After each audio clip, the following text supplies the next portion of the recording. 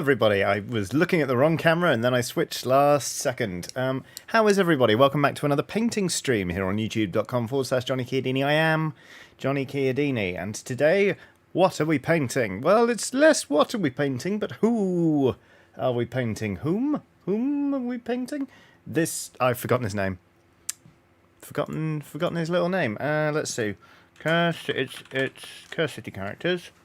This is Glorio Van Alten III from Warhammer vaporware game Cursed City. Some of you may remember Cursed City. Some of you may not believe at all that Cursed City ever existed. But this is a miniature. I'm going to paint it. It was basically just sort of a rakish duellist type guy. He's got sort of like a sword on his back. He's got a dueling pistol. He's got a coat sort of thrown over one of his shoulders. He's got an enormous pauldron. It looks like he belongs in World of Warcraft, quite frankly. But I'm gonna paint this guy up. There we go. Nathan Wilkinson says Curse City. Never heard of it. Sounds made up. I'm gonna crack on with this one because I've been doing quite a lot of. Feels like I've been doing a lot of batch painting recently. And I kind of just want to get back to just really focusing on one character and just sort of really drilling into just like really taking my time with just one model. So we're going to be painting that, but 4 hours we might get this done. You never know, at which point I will start on this one, which is another Curse City character. This is like the Caradron Overlord type guy, and anyone who's heard me prattle on about Warhammer in the past will know I'm very fond of the Caradron Overlords. So, we may as well get cracking. I forgot to get the paints I wanted to use out before this stream, but never mind. In the meantime, hello to everyone in chat. How are you all doing? What are you up to today? Are any of you crafting or painting or anything, or are you just chilling out for the time being? Do let me know. Feels like because I missed last Monday's paint stream because I had rather a lot on. It feels like a while since I've done this, so it's quite nice to be back and to be daubing paint on things. We're going to start off with a little Carne Marron or Tan from Vallejo's game color range, and then go. We'll go from there. CookieCat94 is making a tiny office. Teresa M is working on cleaning up my work email. Corey Hain says it's my birthday, Johnny. Happy birthday, Corey. Although Corey goes on to say sadly suffering a cold, which is sad. That is less good. I hope it clears up very, very soon. A cold is no fun at any time of year, but on your birthday, that's especially rubbish. Savras Dartmoor says chilled painting while watching a chill painting stream. Nice. Paul Howard says, in work, but working from home, so got you on the tablet, keeping me company. I misread that at first and thought you said got you on the toilet. So, I'm glad that's not the case. Anonymous is playing Stellaris. Zizthris has a model kit I've been meaning to make along with the stream. Very nice. Dragon Mage 05, just finishing work for the day, planning a werewolf character for a Dark Ages game and prepping for a one-piece OVA RPG later on. Num num num num num. Ronnie says, just got back from the shops, getting myself a snack. The snack is a loaf of bread. Don't let anyone tell you you can't, Ronnie. Right. Here we go. Let's daub paint on this dude.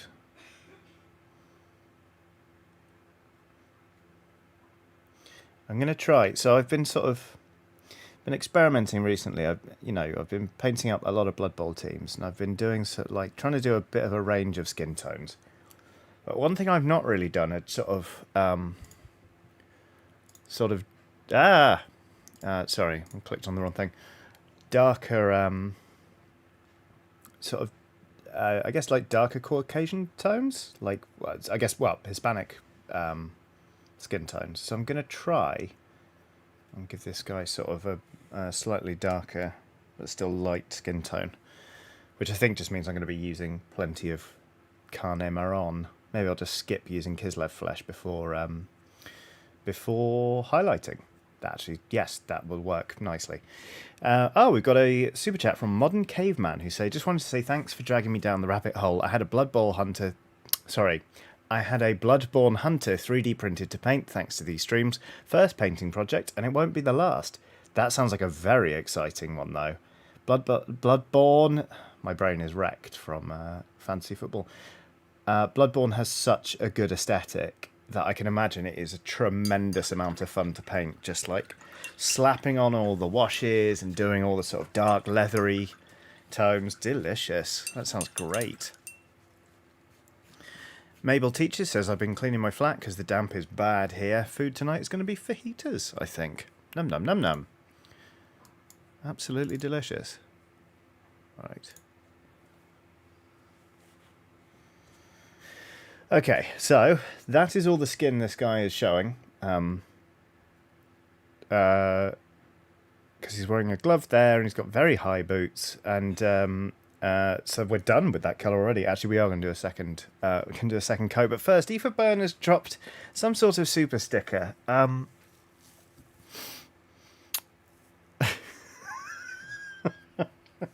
It's some sort of fruit. Some sort of fruit with a weird sort of like bulging sort of bottom half, and then the top half sort of tapers off a little bit. I kind of almost feel like it's ergonomically designed to be impossible to knock over. Sort of like it would just sort of weeble around. And yeah, I get the impression it is a fruit. It's kind of got a stalk coming out the top and like a little leaf, kind of like you would expect from an apple. Anyway, it's got a face and it's got limbs, and it's smiling quite broadly, and it's wearing a little headband that's white with a red stripe, and it's sort of just like maybe someone nudged it too hard and it's gone over because it is sort of like propping itself up on one elbow. Maybe it's trying to get up again, but it's waving repeatedly, and the text comes up and says, "How's it going? How's it going?" So that's what that super sticker is. Thank you so much for it. I really appreciate it. Lots of people claiming... Oh, not this again. Lots of people claiming it's a pair. I'm not getting dragged into this debate again, to be perfectly honest with you. I, really threatened to derail things last week, so let's just... Why can't we just, why can't we all just get along? Let's move past it.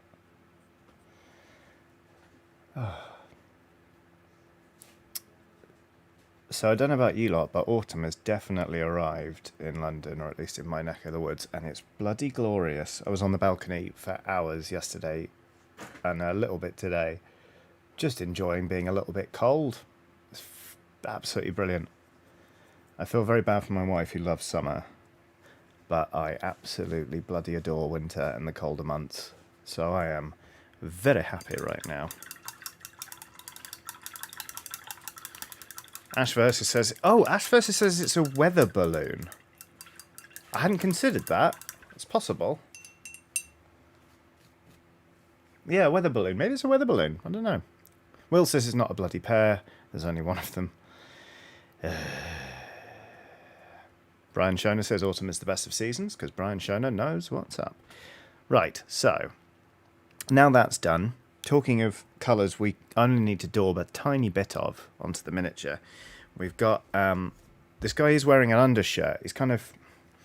He's wearing a breastplate here, but just up by his collar, sort of there's a tiny bit of shirt, which also shows through a tiny bit here, just above his crotch, and here by the elbow. So we're gonna, I think I would like to paint that sort of a very intense gold yellow. Because I'm going to do this coat in red, sort of a very dark red, and it would be nice to kind of get those almost, those really rich, kind of almost Spanish colours going, actually. Anonymous says all these moments will disappear like pears in the rain. Savras Darkmaul says cream, playing to the crowd favourites.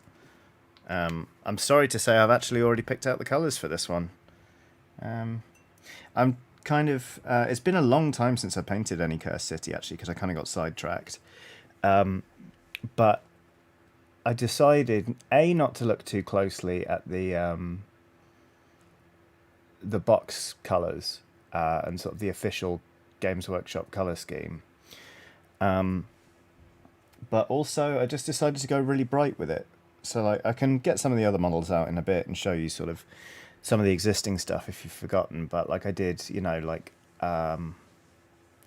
one of the like Torgilius, I think, I did him super bright, like a multicolored cloak.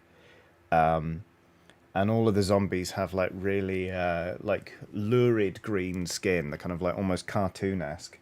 And then I did all of the vampires in blue. So they almost look like they're made of denim, if I'm perfectly honest. But I'm into it. There we go. Mark Kerwin says, another full denim job then. You know what? I found myself really enamoured with that technique because we painted one of the zombies in like an acid wash denim dress, and it really worked. And I actually decided, you know what? I bet that would also work for weird skin. So I did the vampires like that. So there we go. Little tiny bits of yellow poking out. More just a suggestion of shirt than an actual full-blown thing, isn't it? You know what I have to say?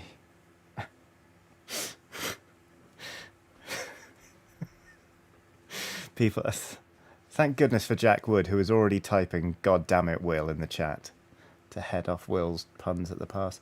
I love this colour, this gold yellow from Vallejo, but it's a pig to put on. It's almost like... it's almost oily or like gungy, like it kind of hangs together. It doesn't go on smoothly. You need to sort of do more than one coat of it. I mean, you know, you should be doing more than one coat anyway, but you know what I mean. It's it doesn't play nice, which is annoying. But you know what? I'm gonna have to come back and do another coat of yellow. But I'm gonna crack on because there's quite a lot of metal in this model. I'm gonna crack on and do that. Oh, actually, yeah. Firstly, it's time to crack out the cream. How long was that? What, 12 minutes?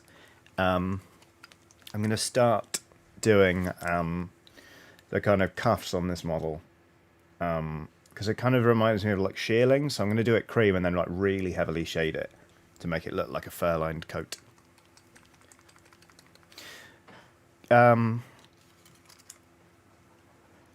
Is that Come Milanesas 57 or is that Come Milanesas 57? I do use a wet palette, yes. Do use a wet palette. Yeah, this is... I backed one on Kickstarter and then I didn't like it. So instead I've just got a takeaway lid with some kitchen towel that's soaked and then some greaseproof paper on the top. As you can see, I'm reusing one from the last bit of painting I did. But, yeah. Will says you probably need to start from a more browny yellow to get the result you want. Do you mean on the fur or on the yellow on the shirt? I will hold fire until you let me know.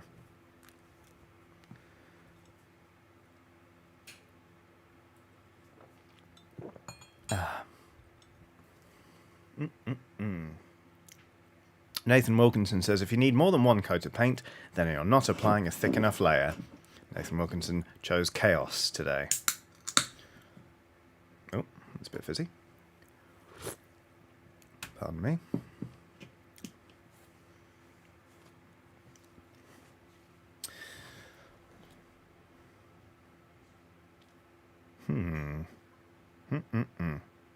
On the shirt, browny yellow, then build up the bright one. Source, I painted Imperial Fists once. Fair enough. Oh, I see what you mean. I was just planning on doing this yellow, hitting it with a wash, and then doing the yellow on top again. We'll see how we go. I'm going to crack on with the cream in that case.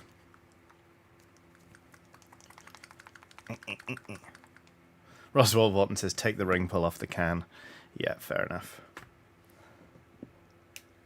Oops. Oh, God. Oh, God. Oh, that's gone horribly. The ring pull's come off.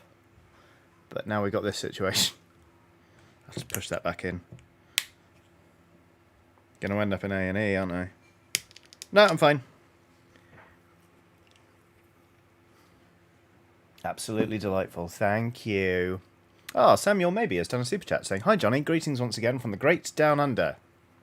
If you could host a game for any 5 people, alive or dead, or undead, I guess, who would they be and what game would you play? Thanks. Keep on being an awesome human. Wow.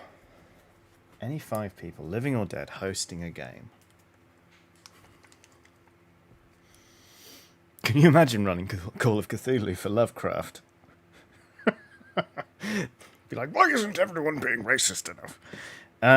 What would I do? God, it would be kind of amazing to run Deadlands for, like, some of the, like, for, like, Bill Hickok. And explain to them, be like, so this is, okay, so hundreds of years in the future, here's sort of what's going on. Here's what your legacy has done. And have them be like, okay. That would be pretty funny. Mark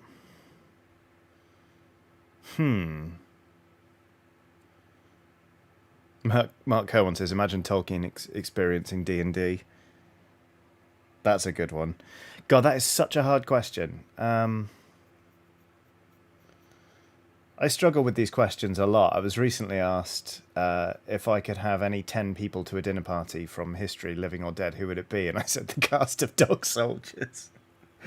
So,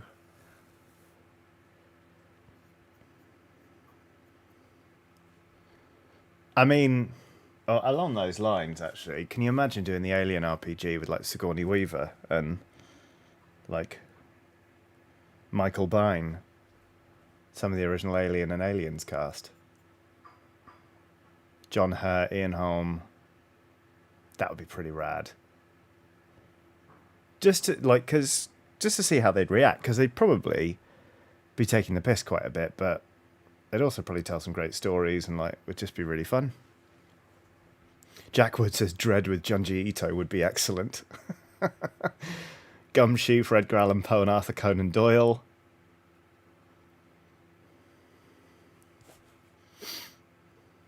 Florence Nightingale, Louis Pasteur, Hippocrates, and Joseph Lister around to play Pandemic, says Chaos. God, that would be interesting. Yeah, basically a bunch of the cast of Alien/Aliens to play the Alien RPG. That'd be great fun. CookieCat94 has done a super chat saying, I asked a tailor to hem my jeans. He messed up, so I ended up having to go to a retailer.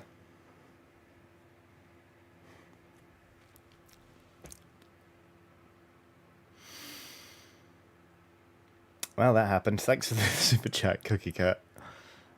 It was challenging, but we got there in the end. Talking of challenging, try being neat on the hem of this little coat, hey?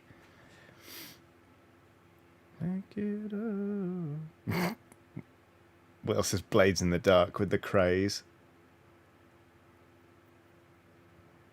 I don't know. They'd either be incredible or they'd be like, nah, you don't want to do it like that. They'd be real. They'd be like, they'd be grognards about crime. Fuck, can you imagine? Cream, cream, cream. There it is. There. Oh my god, 18 minutes. That's got to be some record for me painting cream and just repeating cream, cream, cream to myself. I don't think I do it with any other colour. Maybe it's because I barely ever paint with any other colour, but there it is. That has to be some kind of record.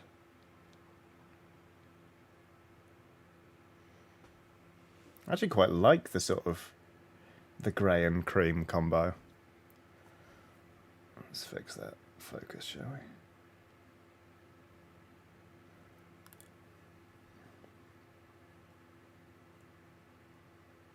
Here we go.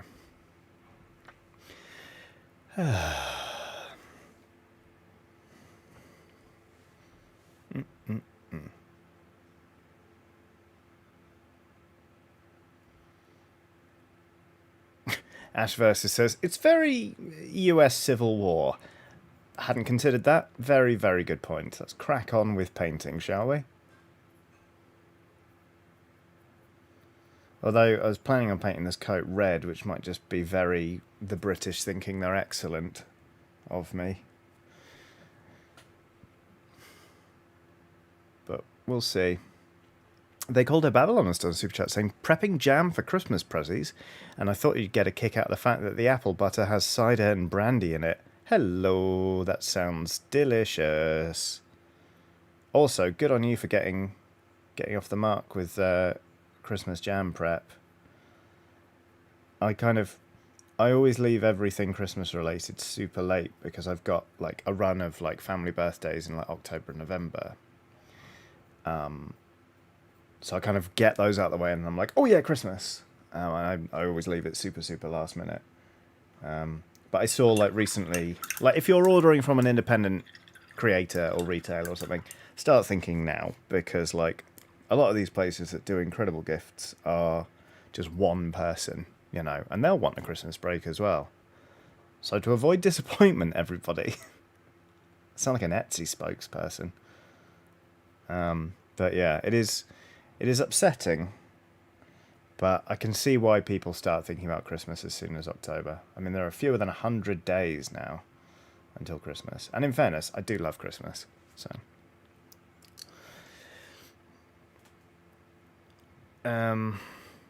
Brian Schoner has done a super chat saying, reminds me of the ancient Greek who took a few badly torn togas to his tailor.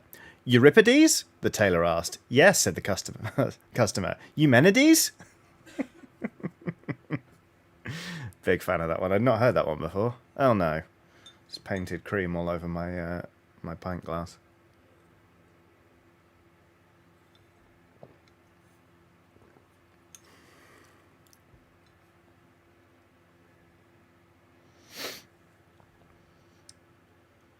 Talking of Christmas, what's everyone's Halloween plans? What's everyone thinking of going as? I haven't really thought about it much.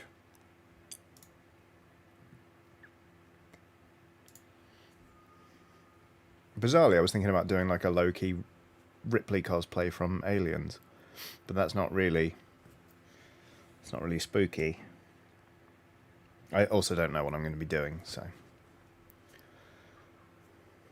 Clay Trimble says, Faustian Carnival owner. That sounds pretty great.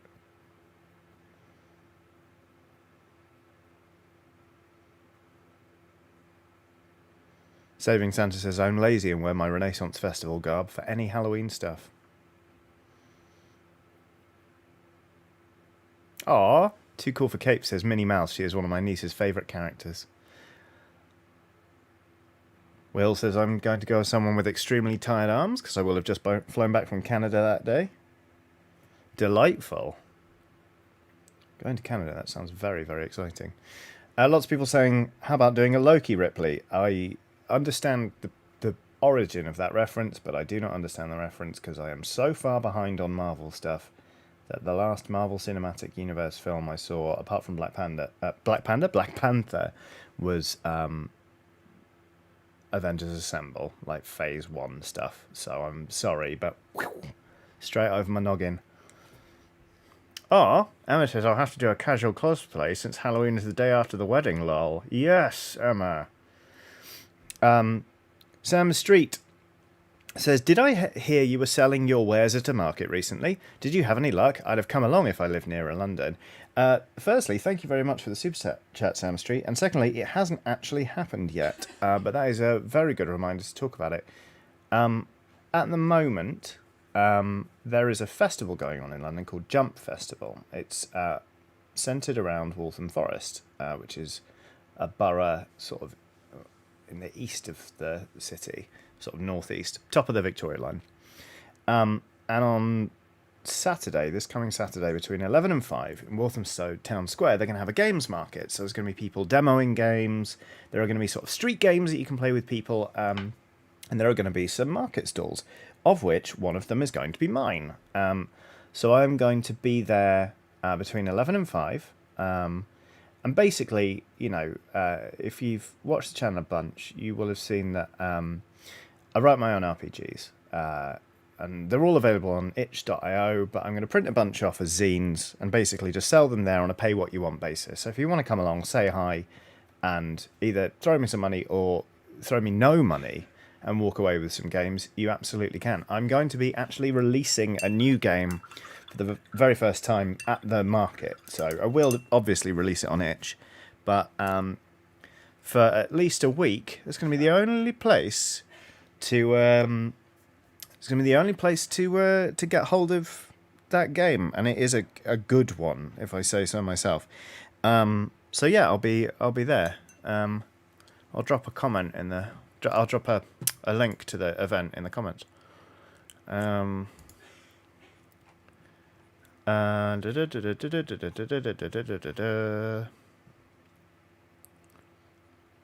Where's it gone? But yeah, it's going to be a lot of fun. I'm also going to be selling badges and patches and giving away dice just for shits and grins. So, bear with me one sec. Here we go.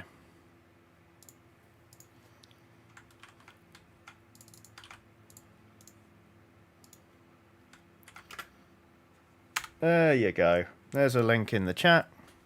They do misgender me on the page, but I haven't got in touch to correct them because I'm really busy this week. But there we go. But it should be fun.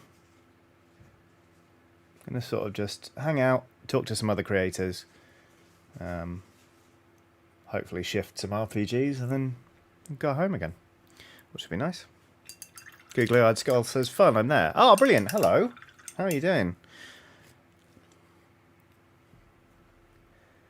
Okay, right. So we've done the cream. There's actually quite a lot of metal on this little this chap. Oh, I want to sort those trousers though. So red, yellow, brown. Need these two. Oh, I missed a super chat. Thank you, Peter Fisher. I did. Did I? Yes, I did. Thomas Ford says, hey Johnny, I don't usually super chat, but your Life is Strange Let's Play got me through a weekend with a rough depression episode, so thank you with a heart emoji. I appreciate you. Thank you very much, Thomas Ford. That's really nice. I'm sorry you had a rough weekend, but I'm glad you enjoyed the playthrough. Thank you so much for the kind words and the super chat. It was quite intense. I played through the entirety of Life is Strange True Colors over the course of like 2.5 days, I think. And then I went straight back in and edited all of those episodes and put them up online. And it is a bloody great game. And yeah, the whole Let's Play is available on my channel for free. It's in a playlist. You can just sort of tune in and watch it. And the best news is I don't even think there are ads on it, because that shit cannot be monetized, because there is so much licensed music in a Life is Strange game. One of the episodes got 7 different copyright claims, but I didn't want to play without the licensed music because it's such an important part of Life is Strange. I thought, you know, hopefully I'll do this and people will just subscribe, and then, you know, with any luck, go to the Patreon and maybe some of them will subscribe there. So it was nice just to do it, just to get it out, which is good fun.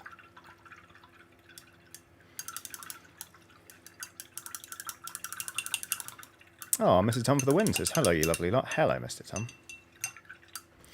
Oof, googly-eyed skull says, I'm alright, sausage. Not here for long. Dentist in a bit. Good luck. Better than not going. Mark Cohen says, have you seen the clips of the music-free streaming version? You'd swear it was a joke. Yeah, I like, you know what? Like, I'm sure when you're making a video game, you've got so much to get on with that I don't judge them for not selecting and licensing a bunch of music that is royalty free, because if you're going to do that, why not just have that be the main music in the game? But it is quite funny in the first episode where the main character Alex is rocking out with her brother, ordinarily to a Kings of Leon song, and it's just muted, so they're just there like playing air guitar, and you can hear the floorboards creaking and stuff. It's kind of accidentally hilarious, but hey ho, it's all right. West Coast Weaver says, you made the right choice. I uploaded my first episode Twitch stream to YouTube and got a copyright claim despite having the copyright music off. Well, that doesn't sound right. I'm sorry that happened. That sounds rubbish.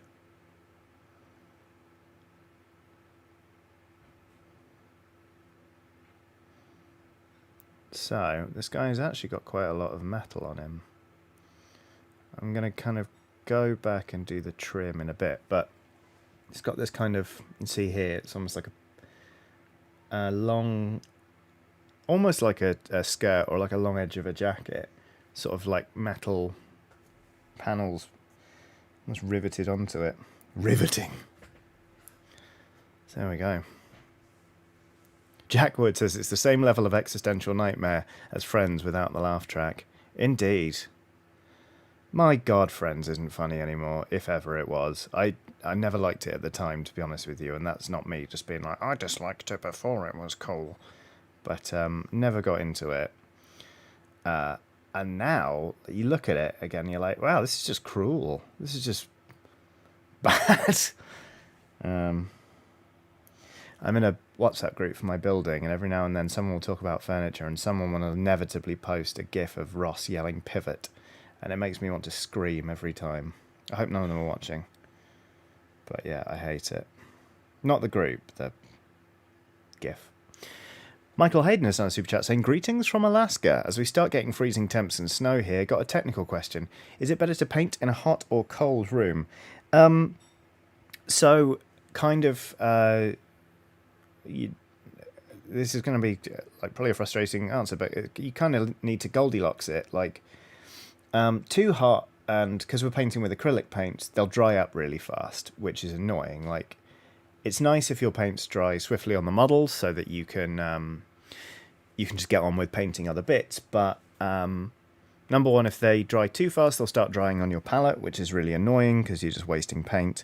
And also, sometimes people like to paint and do what's called wet blending, where you've got paints that are still wet on the model, and then they bring in other colours and literally start to blend them wet on the model, and it makes really smooth transitions, and you can get some lovely effects. That's really hard in a very hot room. However, if it's too cold, then the paints will take ages to dry, and also you're contending with your hands getting cold and motor skills kind of being interrupted. So temperate is what we aim for, I'd say. I mean, personally, I bloody love autumn and winter, so having to paint with a hoodie on is about my comfort level, but to be honest, having to do anything with a hoodie on is about my comfort level, apart from, like, showering, obviously.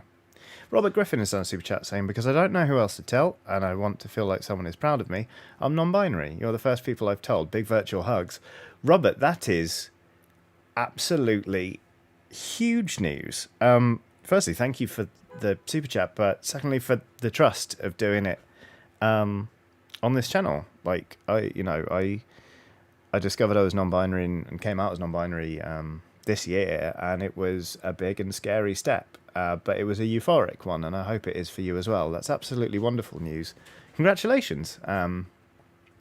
As Will says in the chat, welcome aboard. We're pretty neat around here, as evidenced by the fact you've just joined the ranks. So, yeah, well done, and I hope telling people goes smoothly, and that people are supportive and lovely and nice, because that's what you deserve, frankly. So yeah, thank you again for the super chat and for the trust and for the excellent news. Goodness.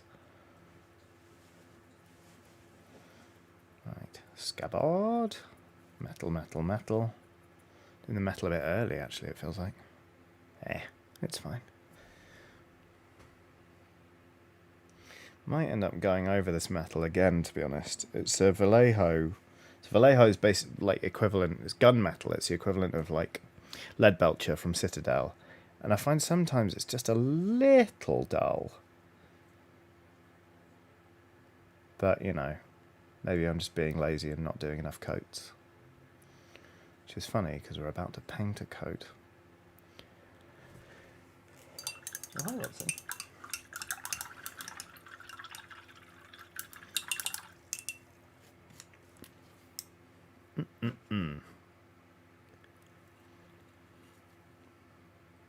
God, it's lovely being able to sip a beer without fearing it's going to pull a hair out of my moustache. Thank you for reminding me to take the ring pull off. Okie dokie. Let's have a look at these boots, because I would like them to be sort of worn leather. So. JP Farrington says, Vallejo metal colour, honestly the best metallics I have ever used. Yeah, I do really like them. They do a blue metal that is just gorgeous, which I actually may end up using. This guy, I love it. One of the details on this guy, come on, where's the focal point? There we go. He's got, you see, just here, he's got a pocket mirror like a hand mirror so he can check himself out. I might end up using the blue as a base on that to kind of get the colours going. CookieCat94 says in a super chat, guessing Watson didn't keep the oversized stick. Thank you for the super chat. No, she did not. The thing is, Watson running around with an oversized stick is a day-to-day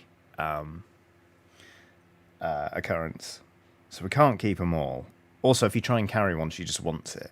So we just go back to the same area. The nice thing is, like walking Watson, because she loves such big sticks, no other dogs bother. They don't move them. So we come back to them day after day. She had a fence post, a literal fence post, that was in the same place every day for 4 months, I think. And it was just the stick that she used, and no other dog touched it. It was just her stick. And it was brilliant. Because sometimes if she's really boisterous, she really wants to burn off some energy, and there isn't a stick, she kind of asks you to summon one, which is flattering. It's like the dog thinks I'm some kind of mage. So she'll be bouncing up and down and just sort of generally getting under my feet. She knows not to push it too much and actually like punt me, because then I get annoyed. And sometimes if she gets too bad, I take her home. So she knows not to push it too far. However, she just kind of gets on. She makes it hard to walk. So knowing that there's a stick in the right place and having her race forward and get it and all that kind of stuff, it's just useful.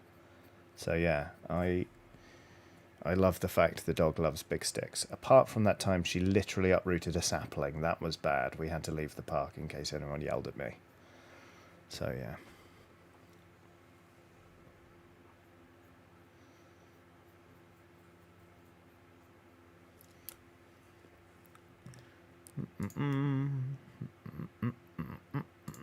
Sorry, I just need to put some different music on. Let's have this. Oh, I tell you what. Has anyone been listening to that Montero by Lil Nas X? They said, sounding like an ancient person. That's a fucking great album, isn't it? I don't listen to pop very often, but it's bloody good. That's been on a lot over the past few days in this house.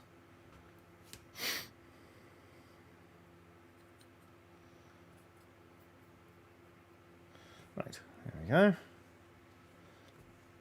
James Veerkamp has done, a very generous super chat, thank you. Saying, since I'm catching you now, here's my early birthday super chat, giving back to content producers that brought me joy this year.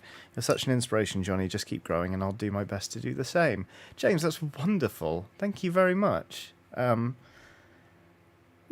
a really lovely super chat. That's a really lovely thing to say, let alone it being a super chat. But thank you so much. An early happy birthday to you. I hope you have an absolutely wonderful time. And I look forward to growing with you as time goes on. It's nice to sort of be able to mark a sense of progress and that you're working on yourself, isn't it? I was thinking about it the other day, like you couldn't pay me enough to go back to being the person I was in my early 20s. Not because I was a dickhead, but just because I've done quite a lot of work since then. Burrito has done a super chat saying, POV, Watson is Havel wielding the dragon's tooth. 80 strength, 90 dex. How are you doing, Johnny? Great to see you. Take it easy. I'm doing very well, thank you. I've actually walked Watson twice today, which is a rare treat. I woke up at 8 a.m, just wide awake, and thought, she needs to go out to pee. Let's take her out for a long one. So yeah, today's been a lot of watching Watson Havel her way about the place. But yeah, I've had a good day. I've got some good work done, doing a nice paint. After that, I've got a little bit of filming to do, and then I'm going to clock off for the evening and probably play some Deathloop, because that is a great video game, it turns out. It's bloody excellent. Alex B says, how do you do, fellow kids? Ooh, Phil Connolly says, Johnny, have you heard Nurture Nurture? Hard to describe their sound. The best I can do is somewhere between Process the Hero and Fall of Troy. Thought they might be up your street. That is properly up my street. Yes, please. Interesting. I'll check that out. Right now I'm listening to the new Slothrust album because it's brilliant.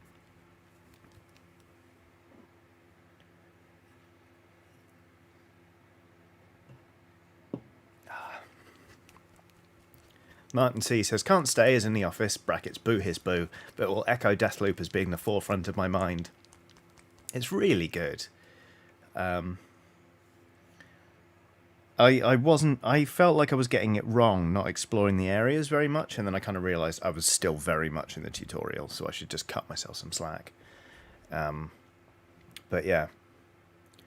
Happy Jax has been listening to the Oxventure podcast lately. It's keeping me sane at work. Will you ever be on as a guest? I was on as a guest at one point, I think. I can't remember which episode. But yeah, I think generally speaking, just because I no longer work for the same company, it's kind of a bit more faff to be like, are you free on this date? Yada yada yada. So there's nothing to say I won't be on it again at a future date, but I think it is just simpler when Oxboxter is having, say, a meeting to schedule what's going on what week or what day rather, and when they're recording stuff, like to just keep it between them. So, but yeah, I'm very excited for more Oxventure things happening soon. Live shows.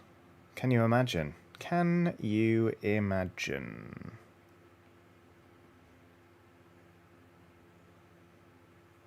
I think I'll be ready by then.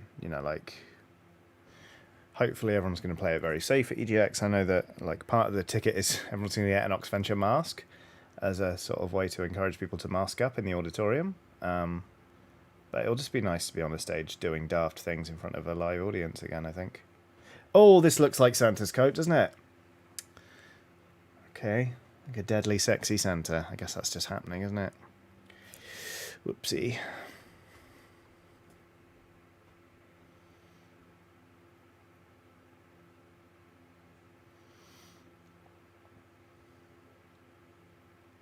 Argan says, does anyone have suggestions for reducing air bubbles while painting Citadel bases? Do you mean like base paints, or do you mean the actual bases on models? CookieCat94 says, isn't there a crossover thing coming up soon? Yes, there is. Gosh, everyone is so on it today with reminding me of things I really ought to be talking about. Yeah, so Oxventure and High Rollers are going to be colliding. We're going to be doing a crossover as part of D&D Celebration on Friday. And it's going to be a lot of fun. The schedule is live now, so if you sort of Google D&D Celebration, you'll be able to go to the site and sort of see all of the details. But yeah, that I'm bricking it because it's a, Oxventure I've got a good handle on, but it's another sort of cherished D&D live series that I haven't seen all of. And I don't want to mess it up or piss off their fans, or as DM seem to be partisan, I'm sure it'll all be fine, but still. Oh, we got a couple of super chats coming.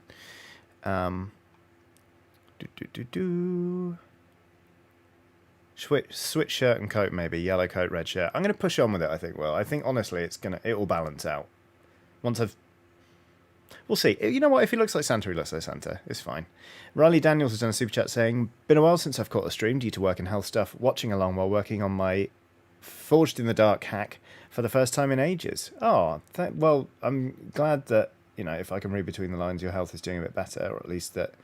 I'm really glad you're able to catch this stream. It is lovely to see you, and I hope your Forged in the Dark hack is going well. It's always lovely, isn't it, to come back to a project and be like, oh, I've actually got the energy to be working on this.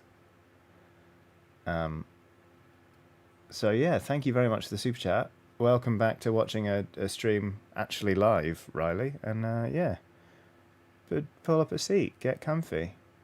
We're accidentally painting Sexy Sword Santa. And Clay Trimble has done a super chat saying, hi Johnny, been a while but happy to catch you at last. Been thinking about getting a tattoo. Want to hear some advice. How does a King of Hearts on my right shoulder blade sound? Eager for advice. Alright. So, it's good that you mention a placement, because I actually think for your first tattoo, placement is more important than anything else.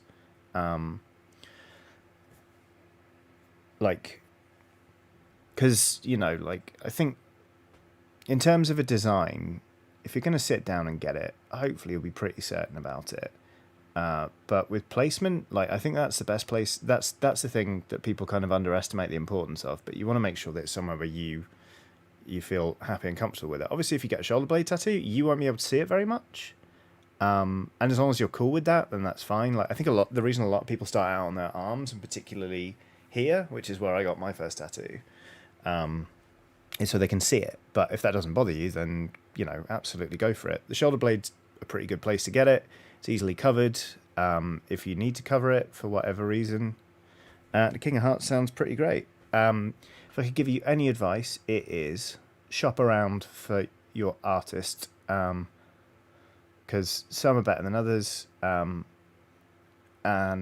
if you're not on Instagram, I would genuinely recommend getting an Instagram account just to have a look on there, because that's where a lot of artists kind of post their work and get a lot of their customers, and it's basically like window shopping but for tattoos.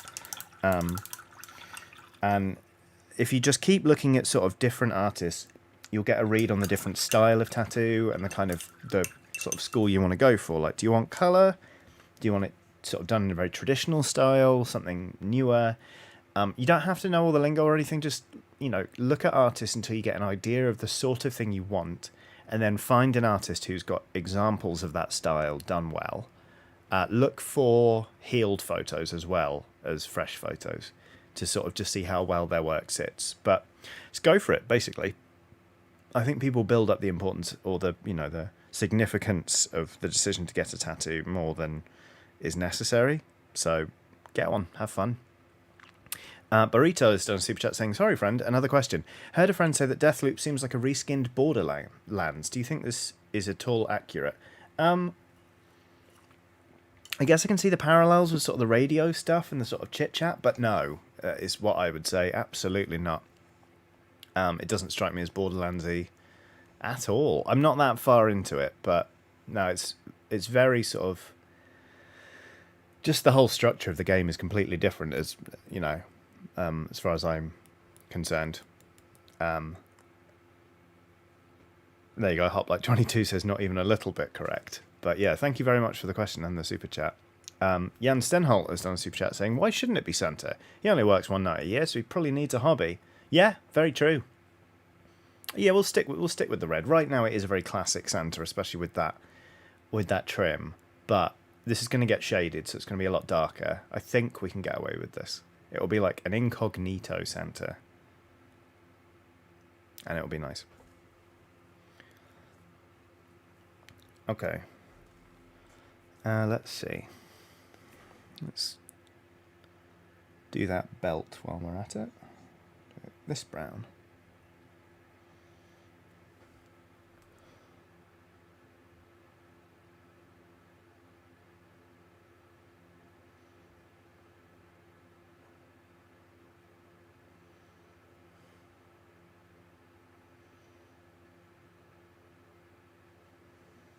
Neatly does it.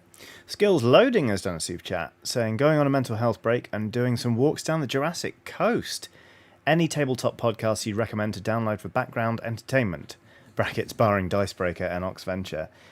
Chat's going to have to help me out on this one, because I am dreadful with podcasts. I never really listen to them at all. So I don't know of a few tabletop podcasts, but they're all super specific. Like Space Cats and Peace Turtles is a Twilight Imperium specific podcast, and the Boneheads podcast is specifically for Blood Bowl.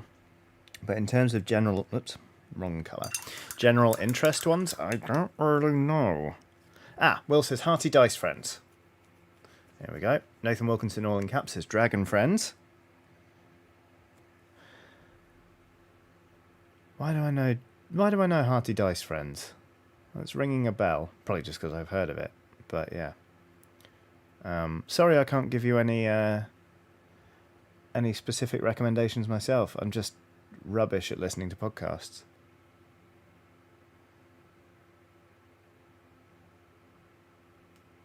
Ooh, that's nice, that brown. Yeah, let's go with that for the sword scabbard as well. Where's it gone?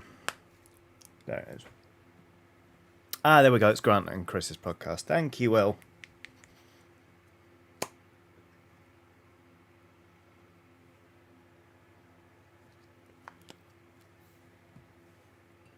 Grant Howitt is super great, in fairness. Not to say that Chris isn't. Eccentric Lefty says queer as fact for excellent queer history.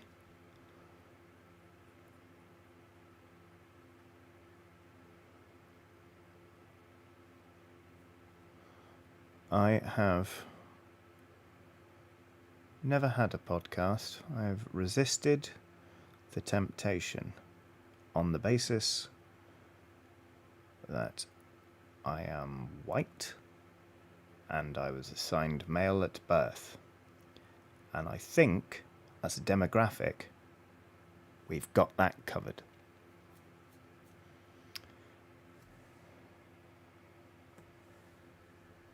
Not to say that there aren't great podcasts made by white dudes. It's just that I think there are enough of them without me getting involved.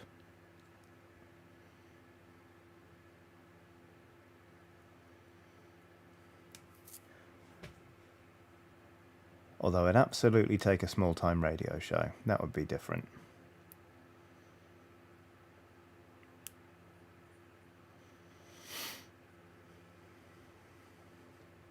We could do a podcast about craft beer if you want. I'm sure that would go down super great.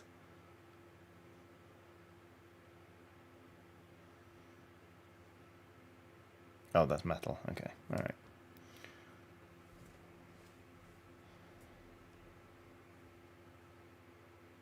How's the focus doing on this? It's all right still. There we go.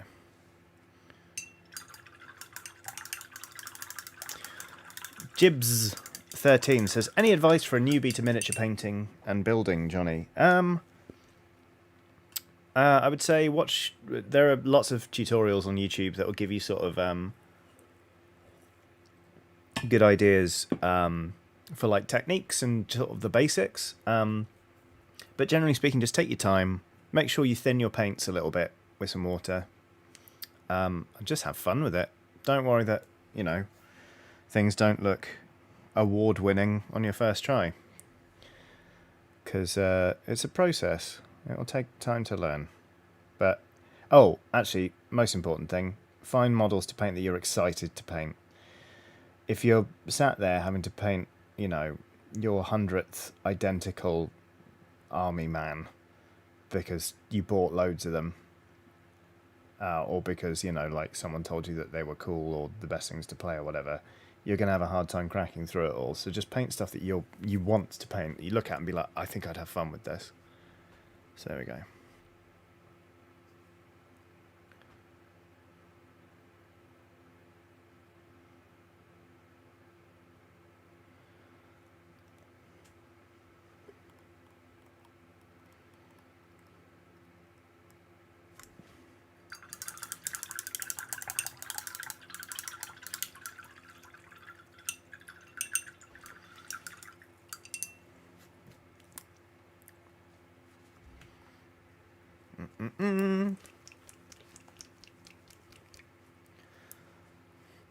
They called it Babylon says, on my third batch of apple butter, the house smells like booze and Christmas.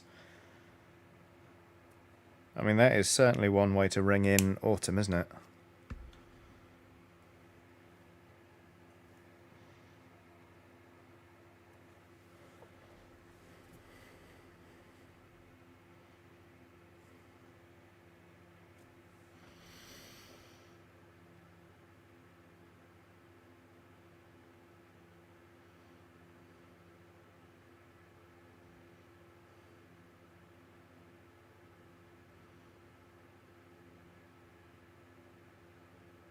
Oh, right, okay. Struggling to work out which bit was metal and which was not, then. I got it wrong.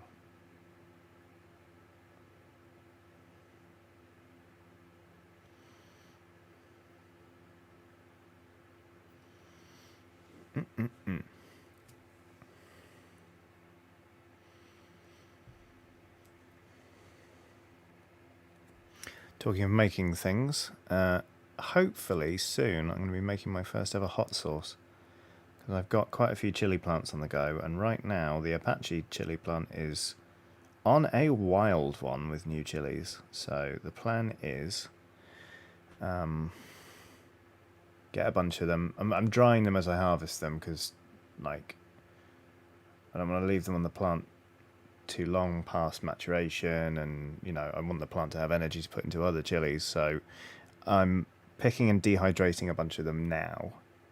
But once I've got enough, rehydrate them, ferment them, and then I'm going to make them into hot sauce, and hopefully it's going to be great, because there's probably going to be loads of it.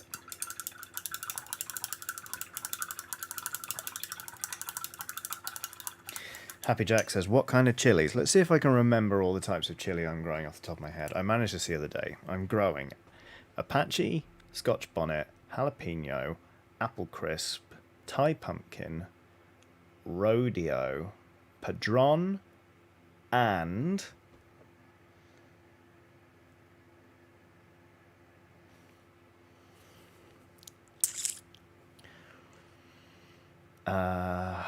shit.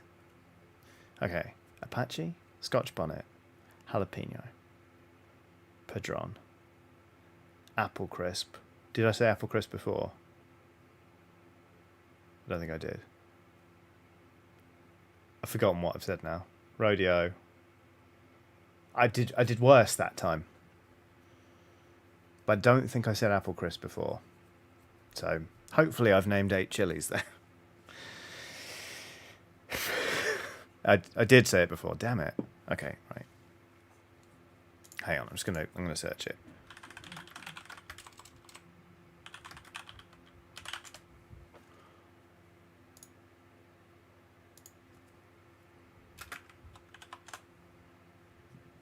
Apache, Scotch bonnet, jalapeno, apple crisp, Thai pumpkin, padron, rodeo, and Hungarian hot wax. That was the one I forgot. Hungarian hot wax.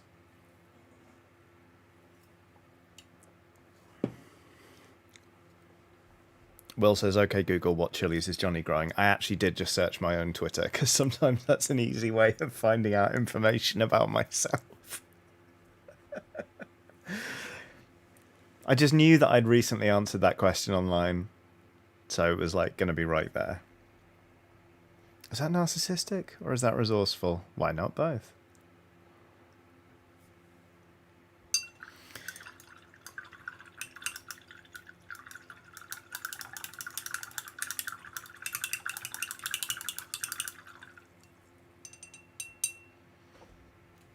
Googly-eyed Skull says, wish me luck, Johnny. Hopefully I'll not get too battered to come. Hopefully I'll not be too battered to come get back and paint the last little bit of the show.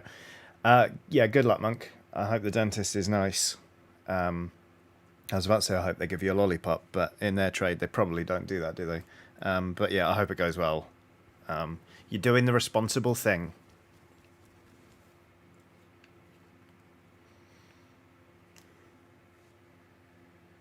That is not the paint I was looking for at all. There it is.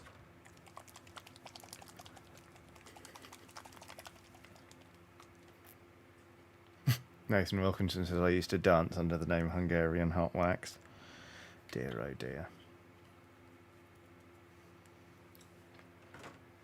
Anonymous says, chili fact. Chilies are hot as a way to deter mammals, because birds can't taste the hotness and the seeds aren't digested in a bird's gut. I did know this, that birds can't aren't affected by capsicum. Hardcore. Or I guess not hardcore if they just don't sense it, you know. Nature's fascinating, isn't it? And like, I imagine chilies are like, for fuck, because they were like, we've got a way to deter mammals, and then along come humans, and they're like, delicious, more of that, please.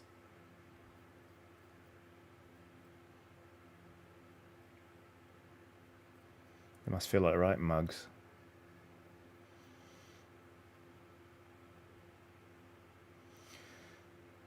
Fun fact about me, I hate painting little pistols. I hate it. Doesn't matter how many I do, I always get nervous about whether the bit I'm painting is meant to be the metal bit or not. They're fiddly and annoying, and I can't be bothered to drill the barrels. There, I said it. I'm tired of pretending.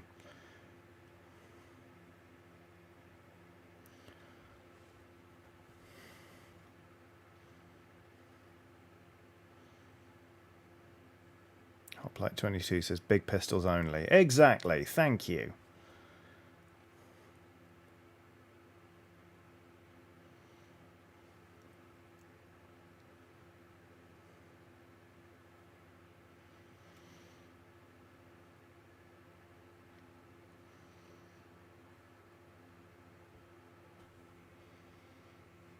Okay, there that goes.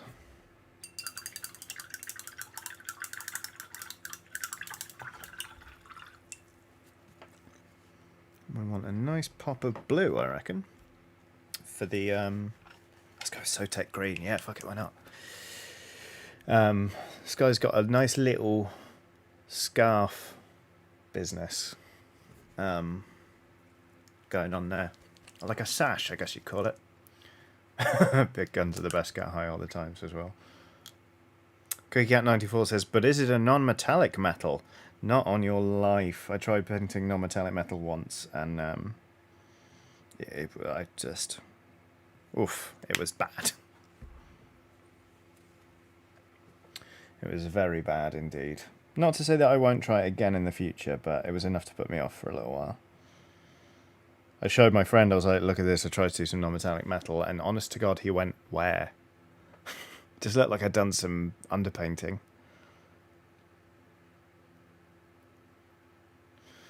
Pops of colour. Do, do, do, do, do.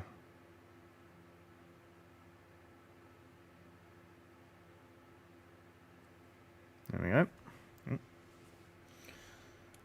Nice colourful. Who says that doing heroic quests in the doomed city of Ulfenkarn has to be a drab and dreary affair? Why not wear the exciting blue sash? Why not look your best as you share your exploits with, like, I don't know, maybe like 2,000 people? Because that's all the units they made, if that many.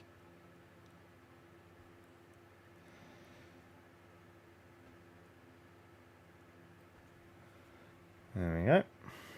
There's that. Eccentric Lefty says, was that padron peppers you're growing? Yes, I am growing padrons. Because those things are delicious. Although I expect the plant will get quite big.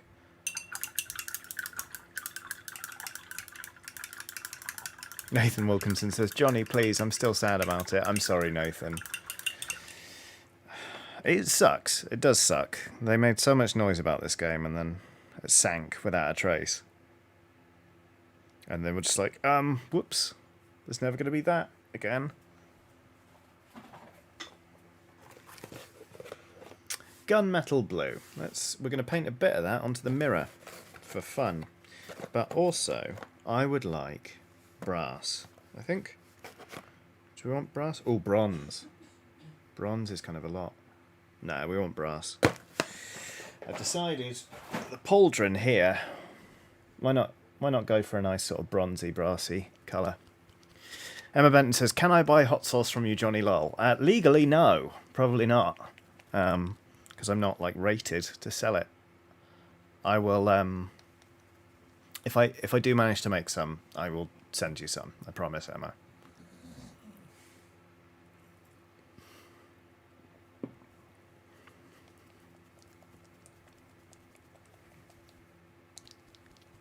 Clay Trimble says, done examining a rotten log. Do I now go to Dairy Queen as a treat? Yes. Isn't that like... I thought that was just like normal protocol after examining a rotten log. Is it true that in Dairy Queen when they give you one of those... Is it a Frosty, the thing that's like... This sort of... It's like a cross between ice cream and a milkshake. It's kind of just like... No, then that's like almost soft serve. That they have to turn it upside down on the counter before giving it to you?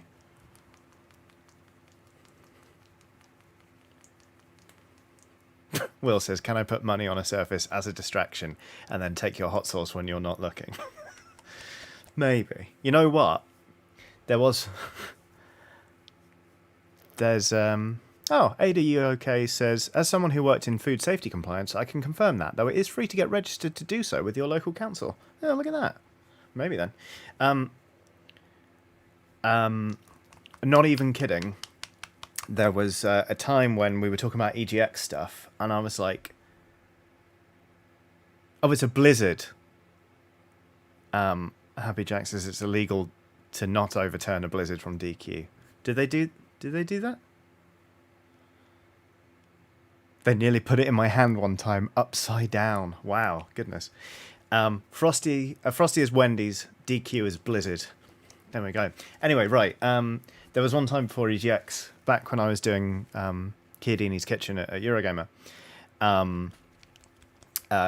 We honestly, I was like, would it be possible for me to have a Chiodini's Kitchen food truck and just be turning out like video game recipes and like to people? And they were like, they looked into it and they were like, extremely no, that is not possible. But for a brief second, I thought I was going to spend all of EGX with a food truck, but it didn't happen. So there we go. Claire de Bear says, sorry about coming late. The maintenance man had to turn off the electricity while fixing my lights, but at least I can see now to cook 4 days later. First of all, never apologise for tuning in. You're tuning in, that's great. Thank you very much. And second of all, you clearly got your own life to live. I'm glad you can see while cooking now. In my experience, that's really important. So I'm glad that you can see in order to cook. Okay.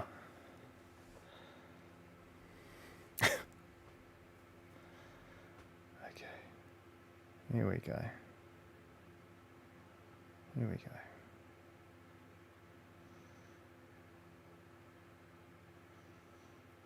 Yeah, this is going quite nicely. I'll tell you what, slapping on a bronze colour right next to this rich red is not reducing the Christmas vibes on this guy, but I'm fine with that.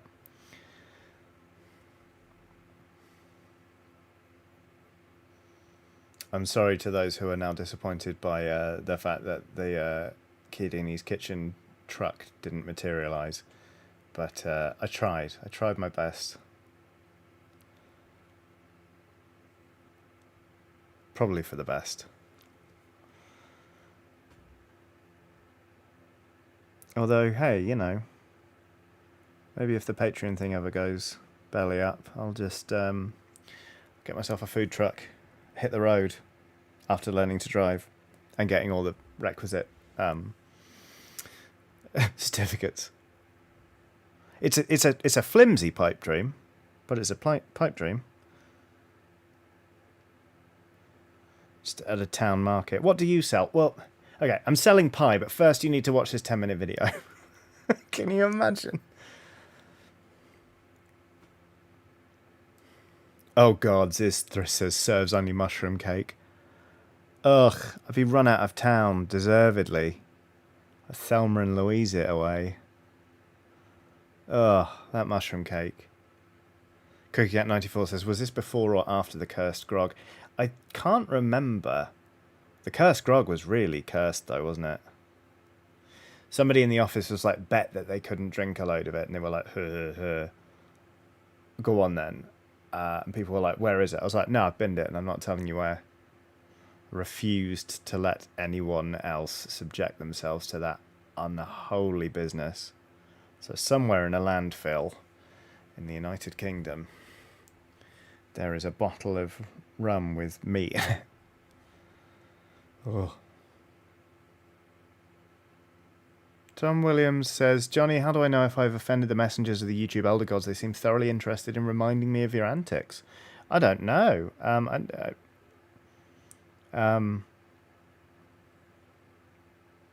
genuinely don't know beyond, you know, ring that bell icon, etc., etc. Sometimes it just happens where YouTube just doesn't deliver notifications to stuff. Obviously, it would be great for both of us if that were fixed. But I don't quite know what's going on there, I'm afraid. Sorry.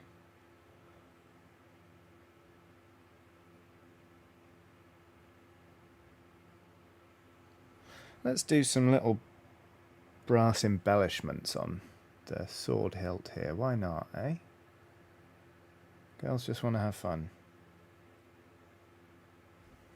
Oh, sorry, I was painting completely off camera again, wasn't I? Nathan Wilkins says, my favourite part of that video was the fact that Brat seemed to quite like it at first. Yeah, he was like, that's not that bad. And we were like, Chris, no, it is. Try it again. It was horrible.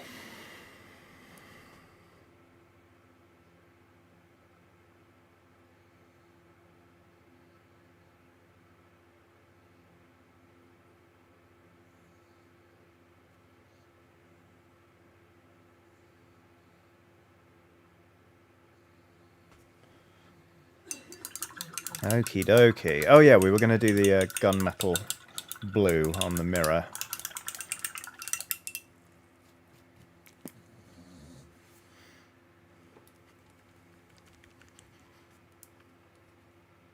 Zisthrus says, I'm sure spicy rum or even paprika flavoured rum would work. I'm just not sure pepperoni is the correct vector for introducing it. Well, lots of people in the comments were like, that they probably meant pepperoni as in like the plant. Which I could have done, but then people would have accused me of being a coward, so I'm glad I did it that way. Mostly.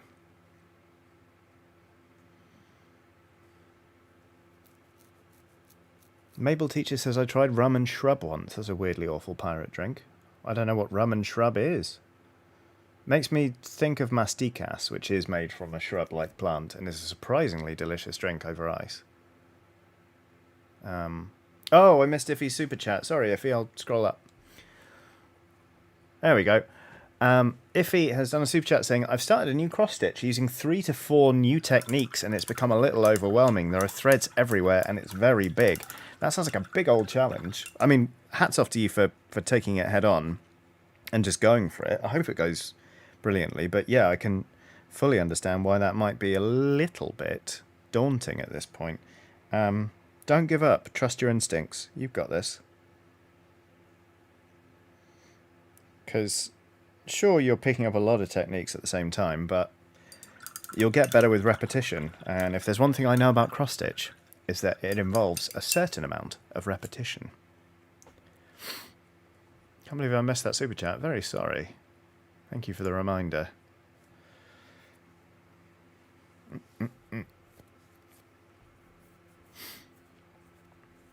Shrub is a flavoured drinking vinegar that's fun to make and riff on, says Saving Santa. Huh.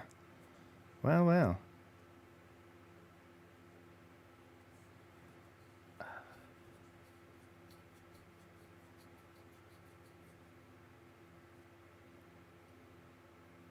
Let's see. Let's see. What was I doing? Oh, yeah. No, that's the wrong colour for that. I was being indecisive, that's what I was being.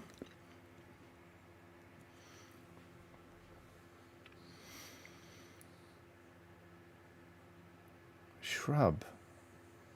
I've never heard of it, and I used to drink vinegar as a kid. I used to absolutely bloody love it.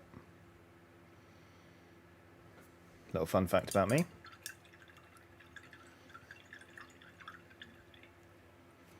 Ronnie says, shrub is a vinegar, pepperoni is a plant. My whole world is being turned upside down. Will says, don't worry, this is an eating brick.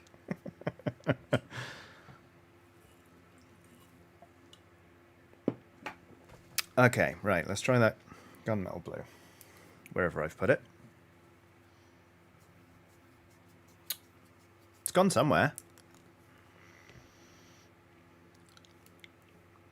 They called it Babylon says, drinking vinegar from the people, probably, who brought us the pickleback shot. I bloody love picklebacks. I think they're magical. They're my absolute favourite thing. I adore them. Well, they're not my favourite. There it is. It was right there in front of me.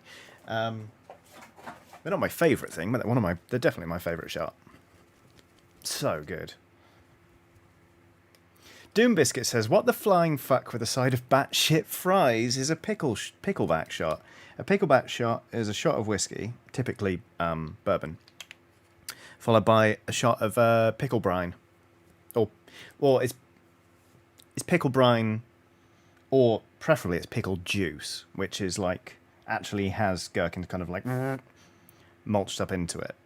So you shoot the whiskey and then you shoot that, and it's just like, it's like a briny, tangy delight. I absolutely love it. Claire de Bear says, Johnny, do you have a P.O. box address? I still don't. It's actually top on my list of things to do at the moment. I need to do that.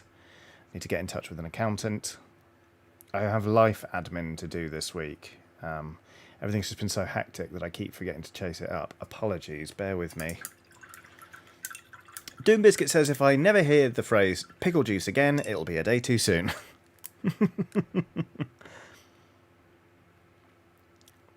Oh, Salem K says, I'm allergic to both vinegar and alcohol for the same reason, actually, so a pickleback is my worst enemy. Yeah. Yeah, I can see that. I promise never to offer you one. Goodness me. Ty C has done a super chat. The super chat is blank. Ty C, I don't know if that was a misclick or whether you just enjoy being mysterious. If you were meant to include a message, don't bother super chatting it. Just type it and I'll read it out. But either way, thank you very much. Chaos says, see, if you did have that P.O. box sausage, I'd send you one of my spare bottles of homemade Scotch bonnet and ginger fermented hot sauce. Num num num num num. That sounds great. Okay. Tidy up that silver a little bit. How are we getting on? We need to do this guy's hair and facial hair. I'd like to do a second coat on that shirt of his, and then we're going to shade it and see how far we go. CookieCat94 has done a super chat saying, what happens when you mix alcohol and literature? Tequila Mockingbird. Very good. Watson wasn't so convinced, so I don't know if you heard her snort then, but what other ones could we do? The Grapes of Wrath, brackets, once they're fermented enough.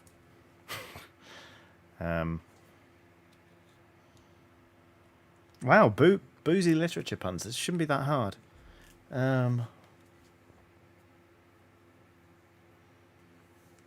Boozy literature puns.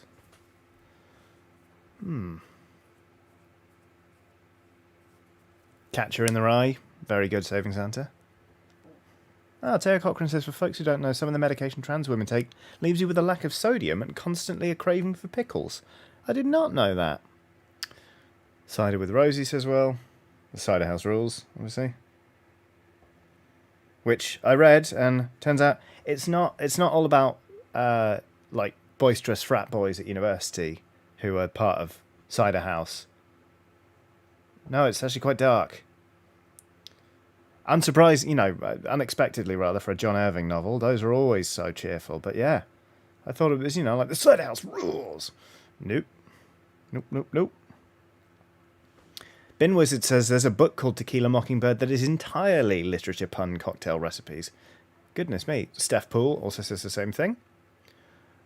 Nabokov's Margarita. The Grape Gatsby. Very good.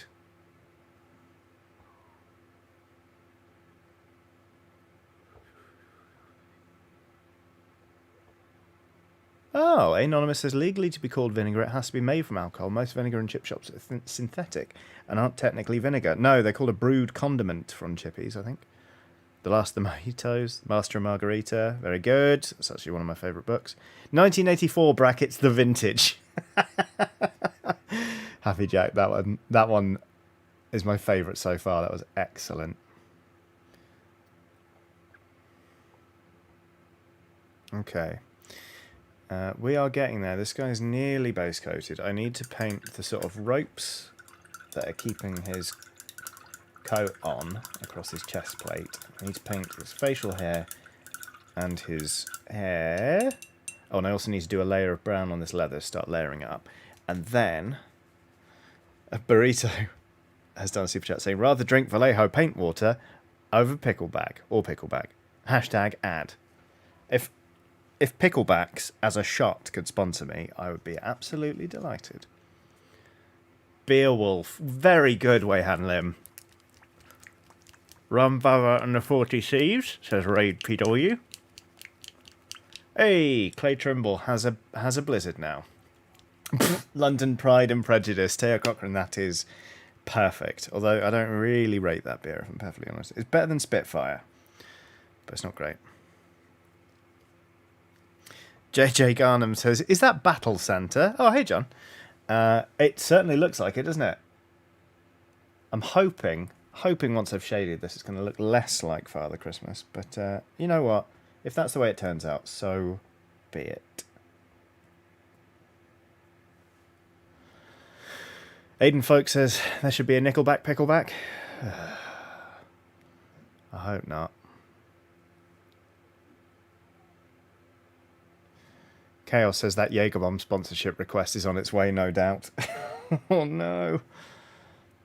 I don't know, because every single stream I do, it's just me talking about how I don't drink Jaeger. That would be a curious way of sponsoring someone. Hey everyone, this stream is brought to you by Jägermeister, the drink I don't drink. Needs work.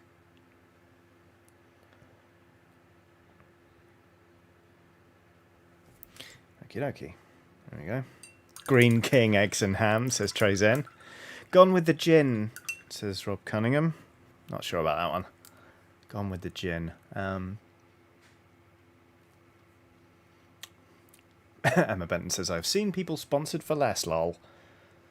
I tell you what, I saw the other day, Mr. Tom for the Win had a sponsored stream by Udi, the sort of hoodie blanket company.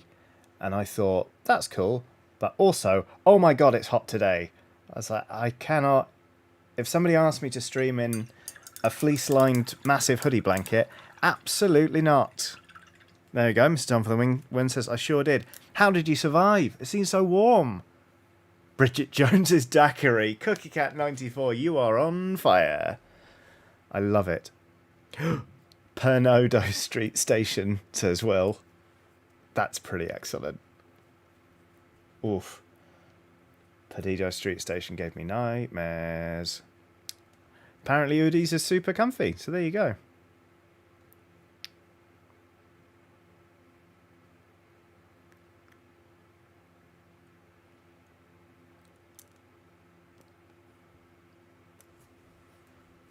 The Lion, the Witch, and the Vodka. Taya, come on, you can do better than that, surely. A vodka, I guess, but... Adventures of Huckleberry Gin, says Cooking at 94. There we go! Pride and Prosecco, says Skills Loading.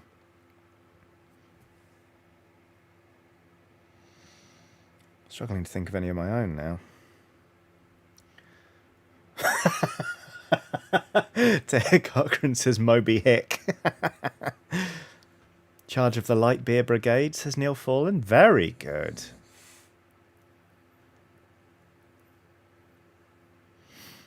The Wine, the Witch, and the Wardrobe. There we go. On the Piss by Jack Kerouac. Aiden Folk says Harry Potter and the Half-Cut Prince. Okay, that one's great. Round of the Baskervilles, says Ash Versus. The Handmaid's Ale, says Taya Cochran. Oliver Twist Top, says Anonymous. You're very good at this.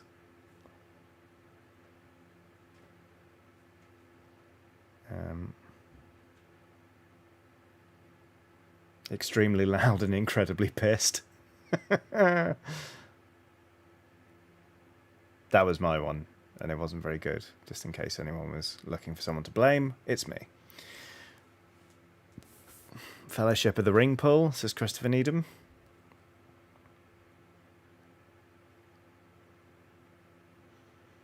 Oh, Rob Cunningham's knocking it out of the park with the sum of all beers. Incredible. A2 says whiskey with water ship down. Jack Wood said cask of Amontillado. Eccentric Lefty says how to lose friends and intoxicate people. Here we go. Now we're thinking laterally. The Count of Monte Cristal. Yep. Gareth Foreman. The Amber Pint Glass. Oh! Burrito says Fireball 451. Very nice.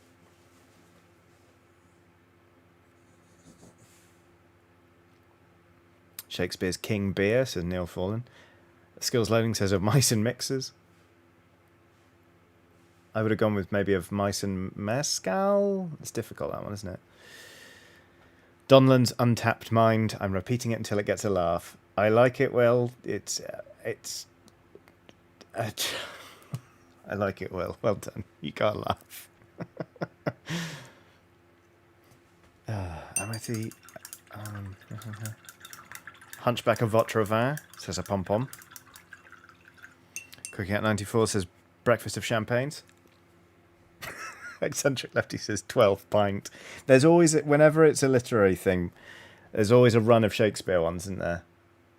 To be honest, my go-to is always Much Ado About Nothing, but I can't get that into a booze pun. Much Ado About Quaffing. It's rubbish. Painting a handlebar moustache. It's not easy. I fucked it up. They called her Babylon, says a Clockwork Orange liqueur.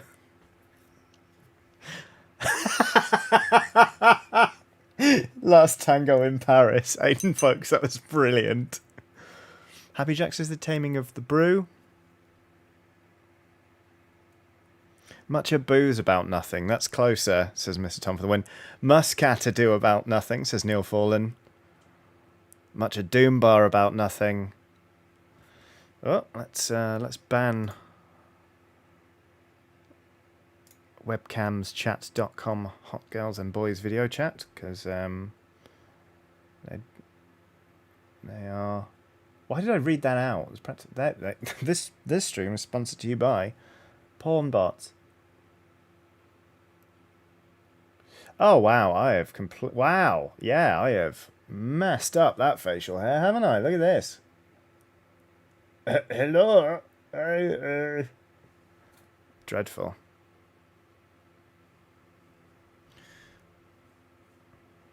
No, where's my hand going to be while I'm painting? It's going to be here. That's comfortable for me, so let's focus there. Thank you, mods, for being quick off the mark with that nonsense. The Brusual Suspect, says CookieCat94.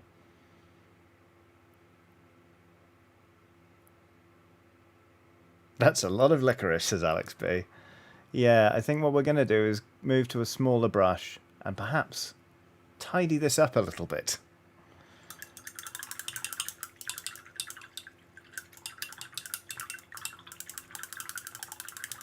Casa Blackout. Frankenbeerstein. Where the Mild Things Are. Where the Mild Things Are is very good. Raid PW. The Very Thirsty Caterpillar, if we're doing children's books. Tom Chapman says the Swilly ad. Very good. Teo Cochran says Cointreau over the cuckoo's nest. CookieCat94 says the talented Mr. Tipsy. These are amazing. Very, very good. Hazel Goldspink phoning it in with something Hercule Cointreau. Rob D'Aville says Charlie and the Chocolate Liquor Factory. Happy Jack says good night, Blue Moon. Oh gosh. We've got 2.5 more hours of stream.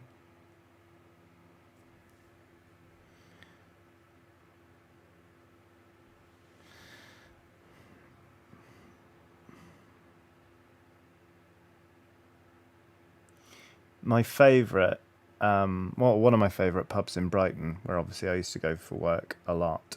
I used to go to Brighton a lot for work. I didn't go to the pub for work. Although there was one time we were doing the annual appraisals, and the office was so busy that I had no choice but to conduct my my annual appraisal with I was Ian's manager at the time in the pub. So we had a pint and a half, talked about how he was doing a good job, said cheers, went back. And then I had to go back to the pub to do brats, I think. So that was fun. Anyway, the Great Eastern was also, for a good while, known colloquially around Brighton as the Grout Eastern. Because in the gents' toilets upstairs, in the grouting, there have been written loads and loads of puns, like the Grout Eastern, Down and Grout in Paris and London.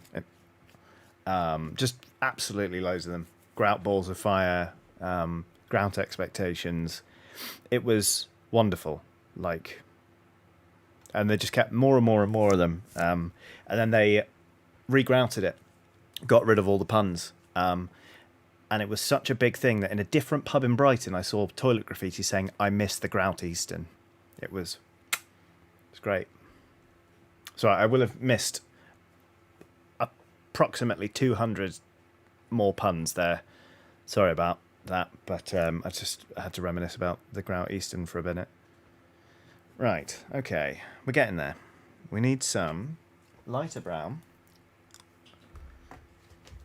so we can start layering up these boots.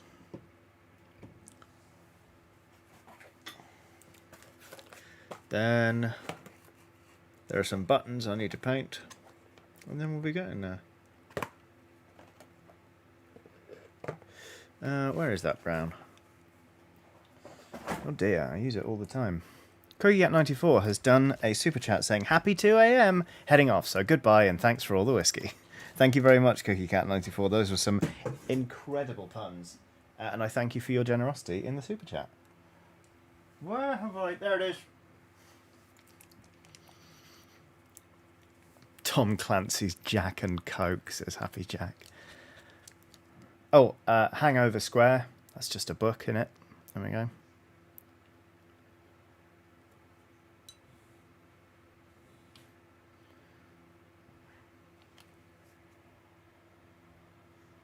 Oh, no, that needs shaking more, doesn't it?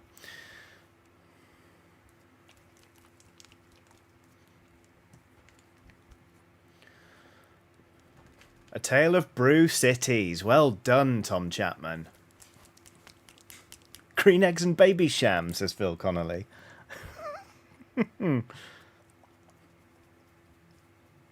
Angela's Absence, says Emma Blass. Oh my god.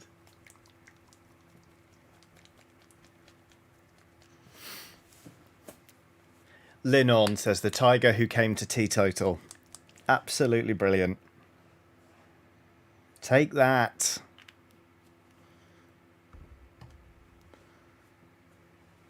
Ash Versus says, I think the Great Eastern was responsible for me missing a few last trains home on more than one occasion. Yeah, it's resulted in me getting later trains than I envisaged. I've never yet missed the last train home from Brighton. Never say never, but yeah. Small base brush. Where's a small? There's a little. That'll do. Yeah.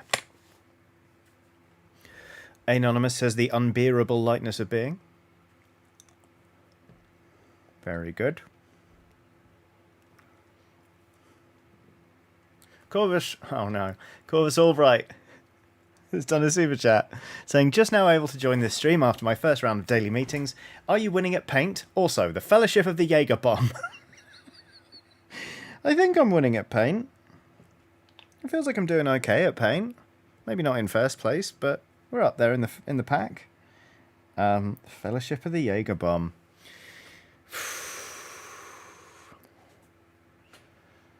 Jack Wood says the eternal sunshine of the spotless Midori.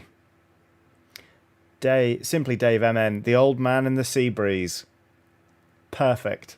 Skills loading says the Canterbury Ales. Mabel Teacher says Pinot Country for old men.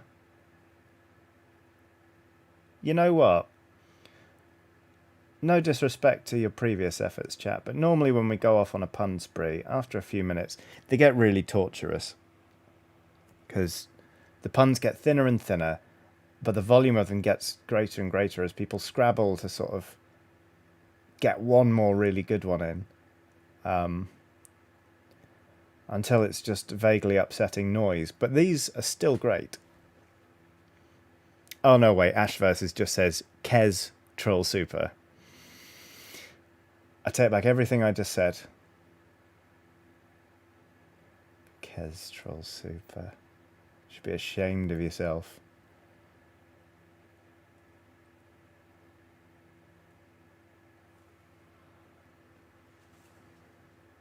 LSE says, a ROM of one's own.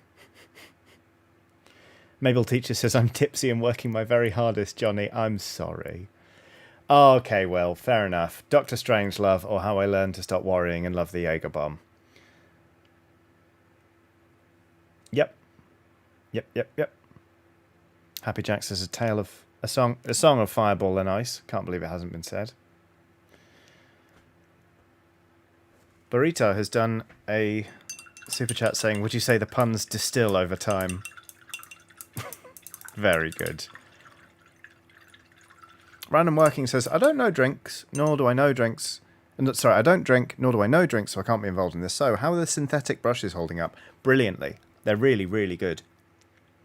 Yeah, I absolutely adore them, and everyone I know who's been trying them is pretty enamoured. So, all in all, top marks. They're not massively expensive. They hold tip very well. They're nice to hold. They're smooth to paint with. Like, solid recommendation, to be honest with you. Ginny and the Ninth says, well. Jack Daniels and the Beanstalk says, Mabel Teachers. It's good.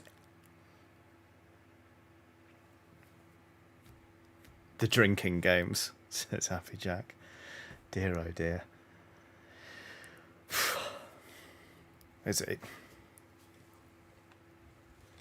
James Veerkamp says, I left to go watch a cocktail recipe video and we're still on media-based alcohol puns. This is why I love this community. Yes, because we don't know when to stop with puns. Hopefully everyone knows their limits with booze. Don't drink too much, everyone. Drink responsibly.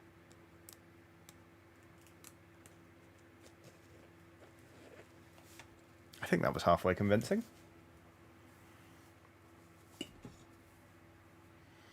Phil Connolly says, The Lies of Shots Lamora. Phil, I mean, I was guaranteed to read that out because it's one of my favourite books, but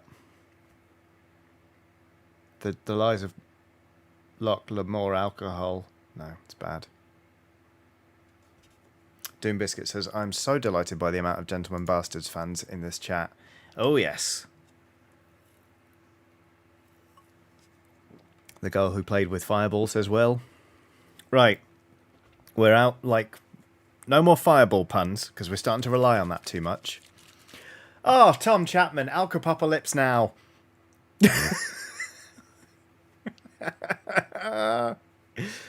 Oh my god. A2 says, Rum Pale Ale of the Baileys. That's incredible. Doom Biscuit says, where's book 4, Mr. Lynch? I need it. Have you seen Scott Lynch put out a blog post recently talking about how he's sort of struggling to... He's not struggling to write, but he is struggling to get stuff out. It's illuminating, and I do hope that he finds it easier soon. But yeah, I think we're going to be waiting a while. I'm happy to wait, but yeah, would like to read it. Rob Cunningham says Sierra Mistborn. Very good. Buckfast and Tiffany's. Oh, Nathan Wilkinson. Okay, that was brilliant. Big fan of Buckfast at Tiffany's.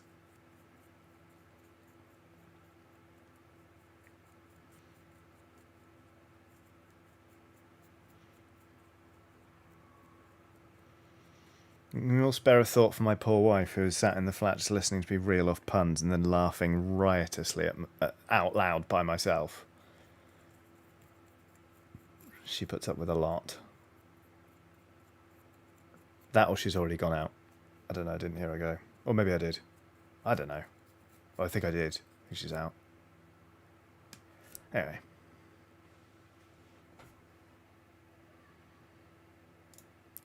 Dustin B says, as Rye lay dying. Phil Connolly says, red ales under red skies. Very good. I love a red ale. Love that book also. What a perfect marriage. Oh, I didn't layer up the legs, did I? I looked for that brown, I got distracted, and now I'm shading the model, but I actually needed to paint more brown on the boots. But it doesn't matter. I'll just keep shading this. And then we'll go back in and fix that bit. So, here's... Oh, Christ. Snow White Lightning and the Seven Dwarves, says Chaos. Okay, let's go a bit closer in, shall we? Here's how we're looking. Obviously it's wet and therefore shiny because it has just been shaded, but here is how our sort of our very overconfident duellist, whose name I have again forgotten from that Warhammer game that everyone's forgotten, is looking. So there we go. Sailing K says, In Search of Lost Wine by Proust, too deep a cut?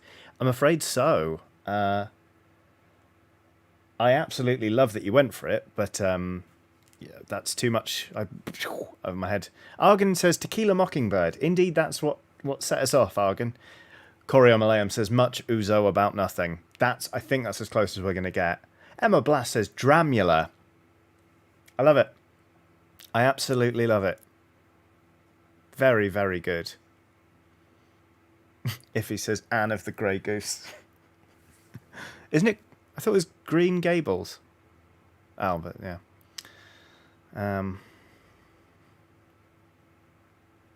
Right.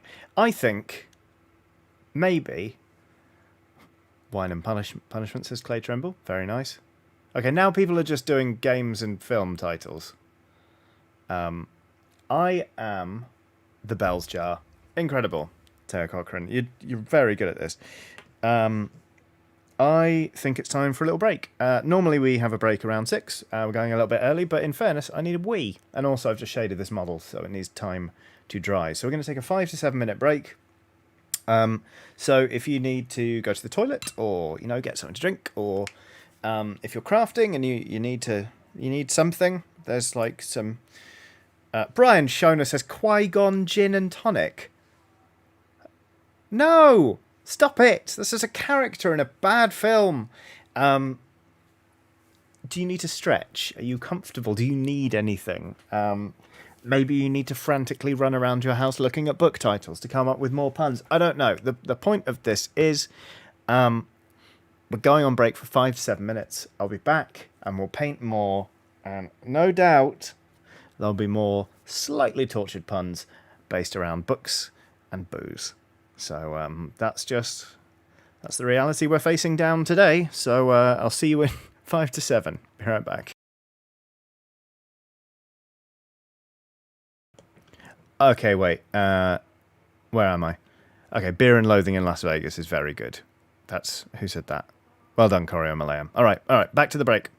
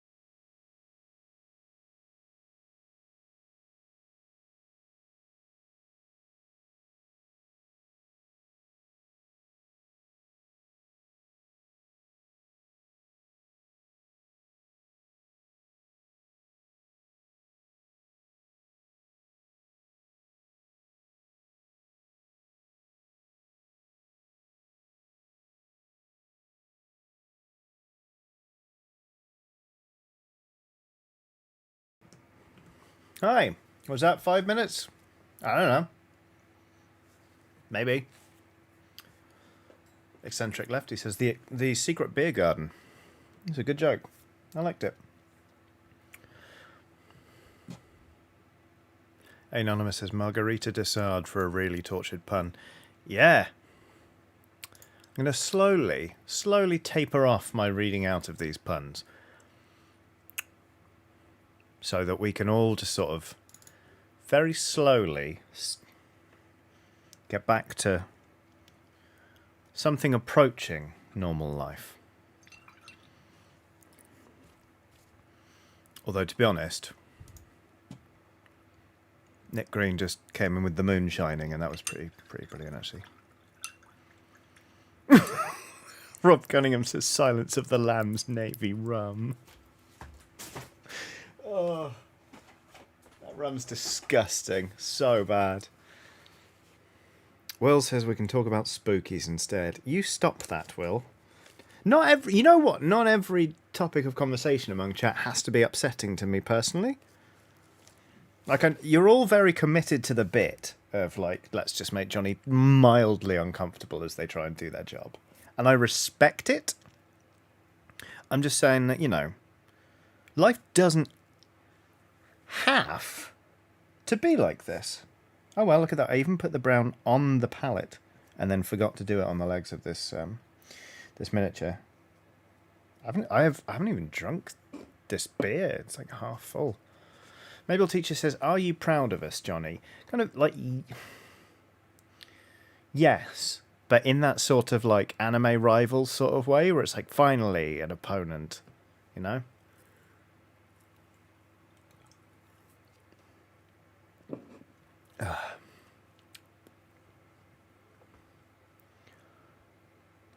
Will says you have two choices: a chat who loves and supports you in everything you do, or a chat who are a bunch of awful goblins. You're right. Crack on, chat.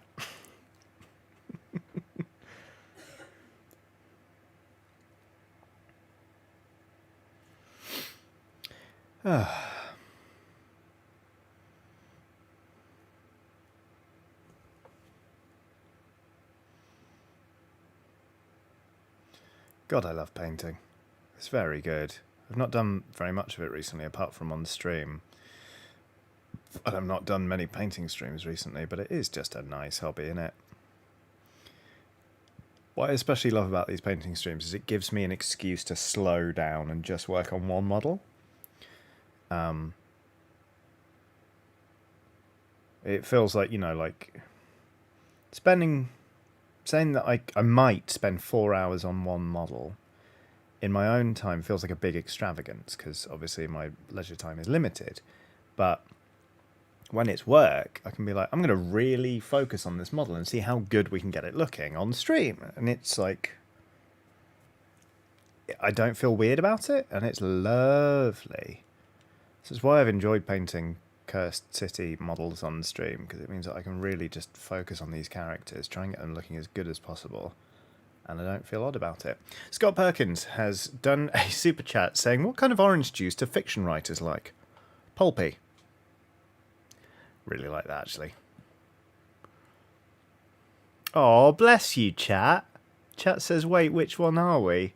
You're goblins. Of course you're goblins. You know? Like, gosh, that's sweet. Now, you are all very supportive, but make no mistake, you're also horrible little goblins.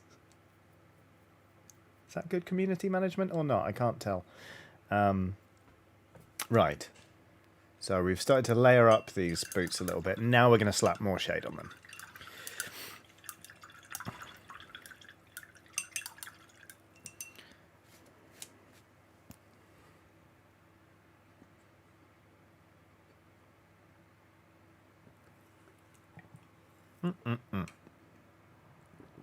Ash Versus says, and I'm back, tuning in from the banks of the River Thames. Say hello to the River Thames for me. Oh, Emma Benton says, excuse you, I am a swamp demon. Thank you very much. I'm sorry, I didn't mean to lump all of you into one particular fantasy creature.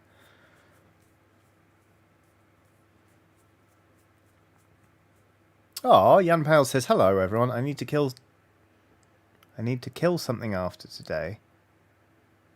Just came in to say you are all breathtaking with a heart emoji. I hope you don't have to kill anything. But thank you for telling us we're breathtaking. God, I should have read all of that message before I started reading it out, huh? Claire de Bear says, is there any more D&D Ox stuff coming up? I need my fix, please. Oh, yes. So as part of D&D Celebration, which is this coming weekend, I'm going to be running a special crossover game between Oxventure and High Rollers, which is very, very exciting. I honestly am nervous, but in a very good, productive way. I can't wait. And then there are live shows coming up, MCM Comic Con and EGX, all in London, which I realise geographically is an issue for a lot of people. But not being an events company, I am unfortunately not in a position to remedy this. But rest assured that, like all the other live adventures, they will find their way online. So you've got those to look forward to. And watch this space vis-a-vis the next sort of story arc. I haven't nailed down anything, any dates or anything with Ox yet, but they've not told me I'm fired, so I think it'll be fine. Arcadia says, where can we watch the crossover, please? Let's see. Claire de Bear says, do I need to buy tickets for any of this, and if so, how? Right, let's find the D&D Celebration stuff. I think D&D Celebration you can just tune into, but here is... Nathan Wilkinson says in a super chat, how much to kill the High Rollers characters off for a laugh?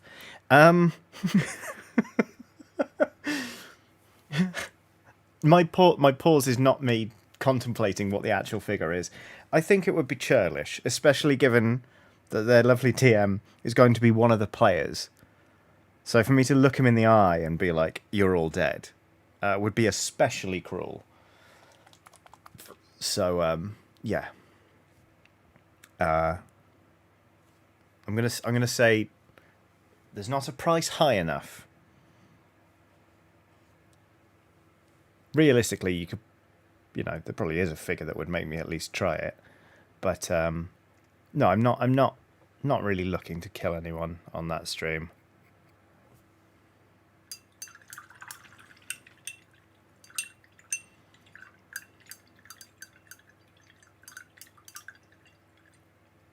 Nathan says, which is why it would be so funny.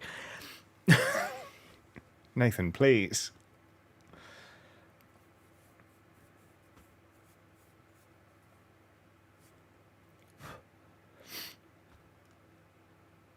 I mean, high praise here. Adam Bicknell says, High Rollers Dragon Heist campaign is one of the funniest D&D related things I've ever seen, so this should be good.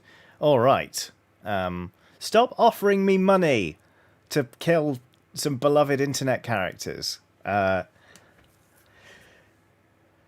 Anyway, it should be a fun crossover.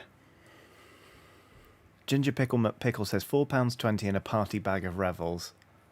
That's actually the most tempting offer because I like the ingenuity of offering me a party bag of Revels. But no, stop it, everyone, please. Stop offering me marginally increasing amounts, all in capitals, you horrible goblins. You're the worst.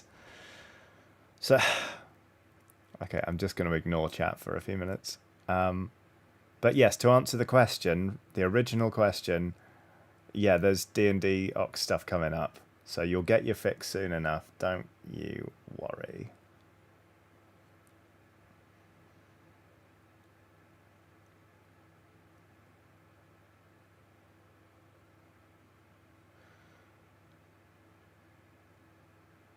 God, I forgot. I struggle with faces sometimes when I'm painting.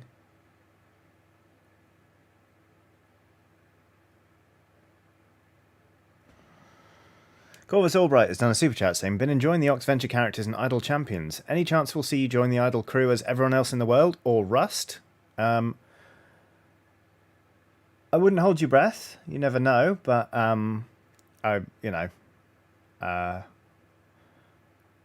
probably not at liberty to say either way on that front, actually. So, but thank you very much for the super chat.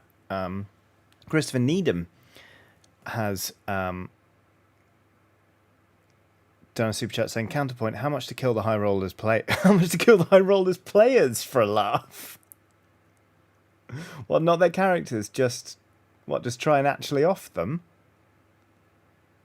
I mean, if this is an oblique tactic to try and get me to put a number on how much to kill their characters, then touche.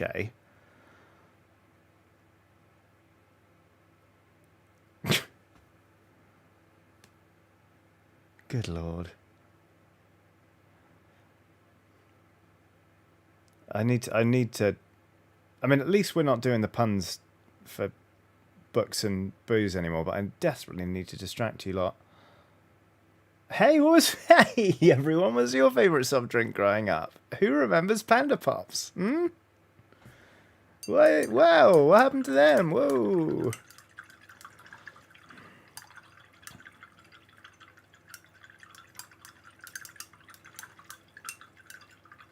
Emma Benton says, unrelated, know about your Life is Strange playthrough. I was howling listening to you say, so I've heard after everything weed related. I lived in 2 places weed is legal and forgot it wasn't legal in the UK. No, it is not. Not legal here. Naughty. Thus, I've never even been near it. Bad, naughty, horrible, horrible cannabis.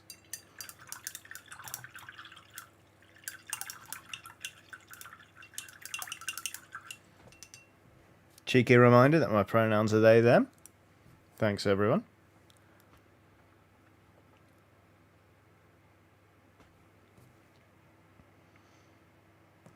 Right, we're going to get some of the original red back into this coat now to build up a sense of contrast.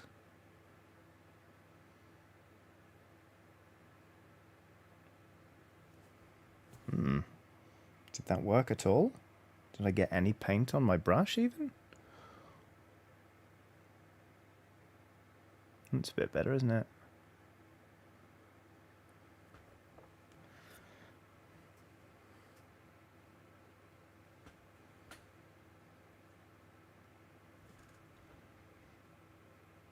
Aiden Folk says the fountain coke from the vending machine at school.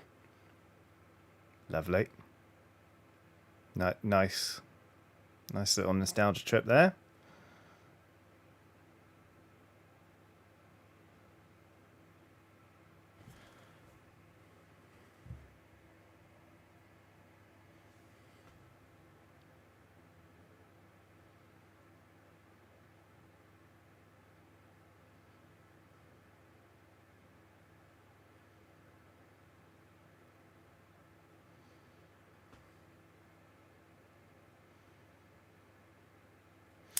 Corio Malayam has done a super chat saying, fine, how much to kill the Ox characters then? Call it 200 quid.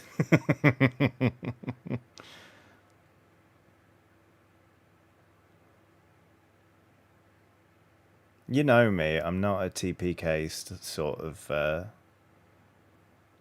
person.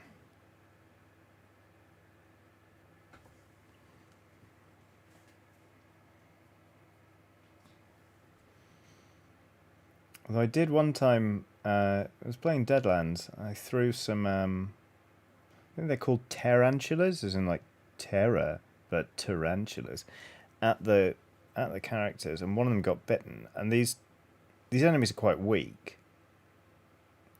but one of them actually did take a bite, and I didn't realise that they had to make a check to resist the poison. If they didn't, I had to roll a d4, and that's how many rounds, i.e. 6-second intervals, it would be until they died. Thankfully, they passed the check and they weren't poisoned, because otherwise they would have just dropped down dead. So, Iffy has done a super chat saying, how much to give everyone a nice hug? Nothing, that's free. I'll promise to give them all a hug, because it's going to be virtual. But, yeah, it'd be nice to eventually meet up with those people when it's, you know, safe to share a lovely hug, and we'll share a lovely hug. Right, I've sort of laid up a little bit more red on this coat, and hopefully you can agree, it doesn't look quite so Santa-esque now. Oh my god, super chats are rolling in now.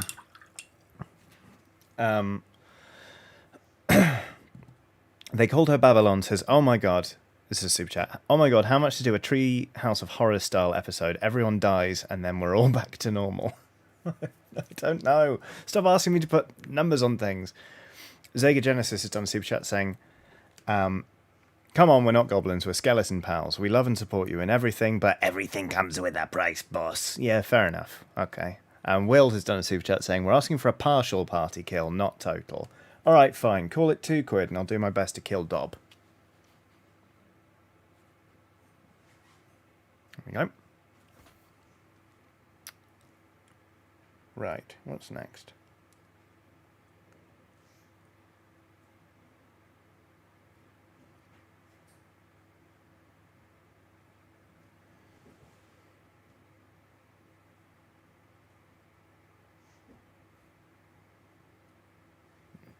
Well, yeah, no, oh no, Dob. No, I like Dob. No, not Dob. What did Dob ever do to you, Johnny? You know what? You brought this on yourselves. Gonna do him in. It's happening. Dob, no, that's a low blow. Hey, look, you talk to me about killing off Oxventurers, and then I name one and say I'll do it, and suddenly it's, oh no, Johnny, don't be mean. Nathan Wilkinson's done a £2 super chat to say we have a deal. God, I bet someone's rushing to snitch tweet at Luke right now, saying Johnny's going to kill you. Jack Wood says, in fairness, Dob has done a lot to Johnny. Waterstar86 says, fake death, 3 potatoes. Thank you for the super chat. We'll see how it goes, eh? You'll all just have to tune in. That's D&D Celebration this weekend. Perfect segue. You've got them, Johnny. They're on the hook now. No escape.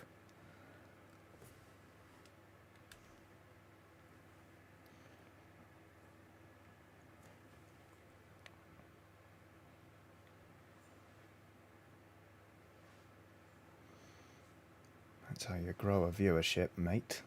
There you go.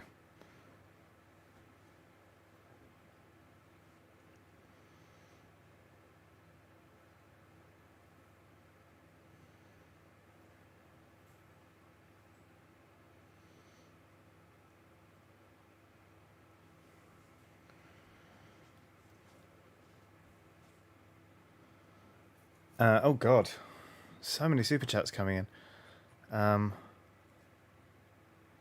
Scott Perkins on a super chat saying, ooh, Oxventure in space, but it's the Alien RPG. Oh god, with the stress dice. That'd be quite fun, actually. Although quite a lot of work for just a one spin-off. Claire de Bear has done a super chat saying, here's £5 to slap Corazon with a wet fish during the adventure. £5 extra when you do it. Wow! Gosh. I came into this stream being like, we'll have a nice chill time. I'm going to paint a man with a sword. It'll be nice. And everyone, now apparently I'm a hitman.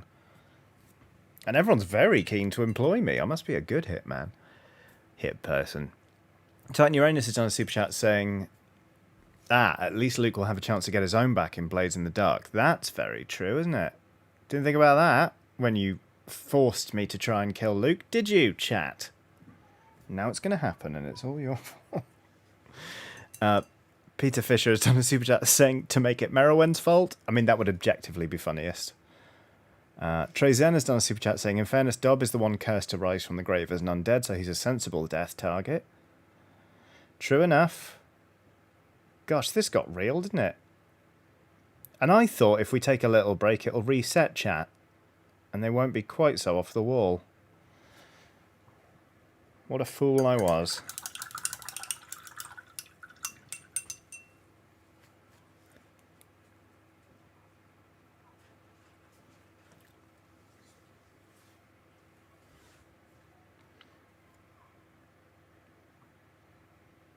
Anonymous says, paint a man with a sword. Can I suggest a brush instead?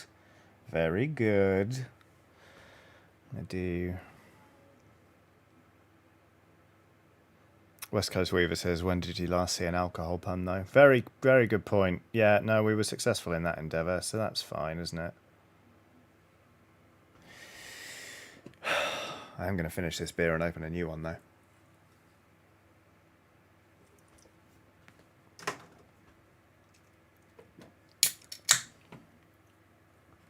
my beard needs a trim, doesn't it? And then the ring pull comes off. Nathan Wilkinson says, "You're welcome, Johnny."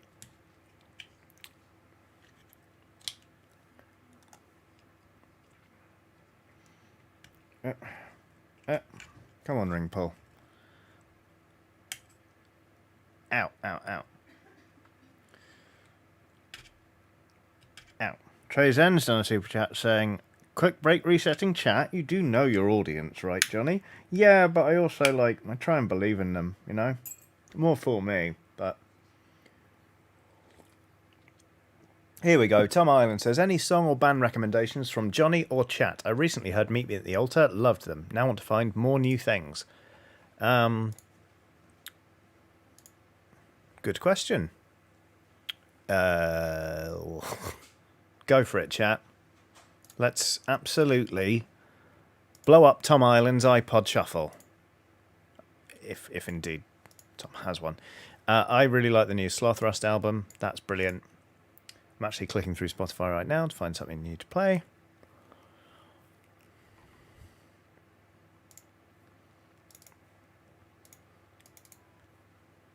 Oh, if he says, "I love Dessa." Yes, very good.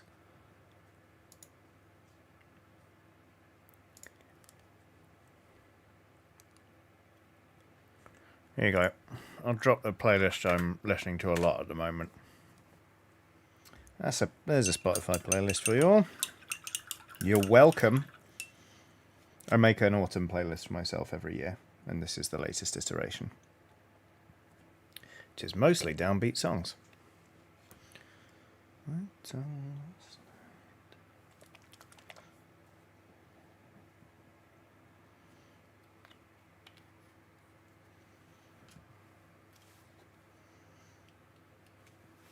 Anonymous says, "I like the band Abney Park." Is that real? A band called Abney Park? Wow. Wow, what? They're a steampunk band based in Seattle. Huh. Because Abney Park is in Stoke Newington in London. Well, Abney Park Cemetery, to be specific. And it is a really nice sort of disused cemetery that you can go wander around and have a nice time with. Although the founder of the Salvation Army is buried there with a very ostentatious grave. But yeah, that threw me then. Abney Park. They're a steampunk band, according to Google. So there you go. I feel like we're going to get through this mini in plenty of time to start a second one, you know?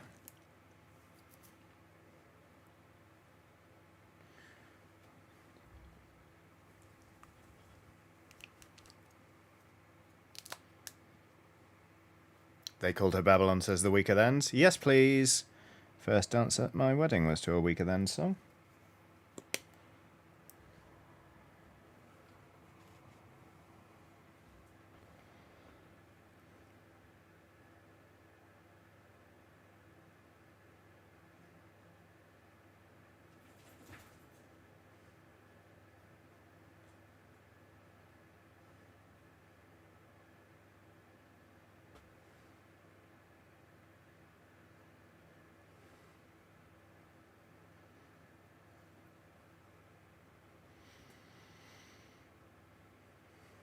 Okay.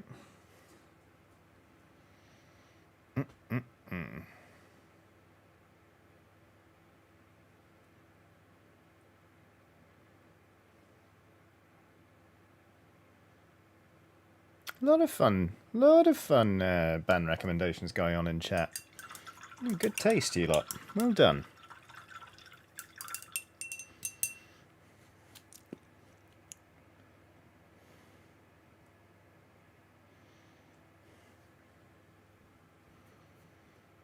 Oop. Some moustache hair on my brush. Good times. Get rid of that.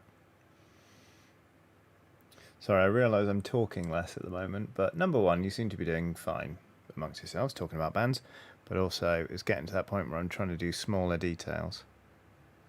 Although Hannah Axelson has done a super chat saying, "Speaking of D&D, do you know what a mountaintop guarded by rogues is called? A sneak peek." That is very good, and I like it a lot. Well done. You consistently come up with good ones, Hannah. I appreciate it. Thank you very much for the super chat and just generally being around. Indeed, thanks to all of you for being around. We're just chilling out and talking about music and stuff.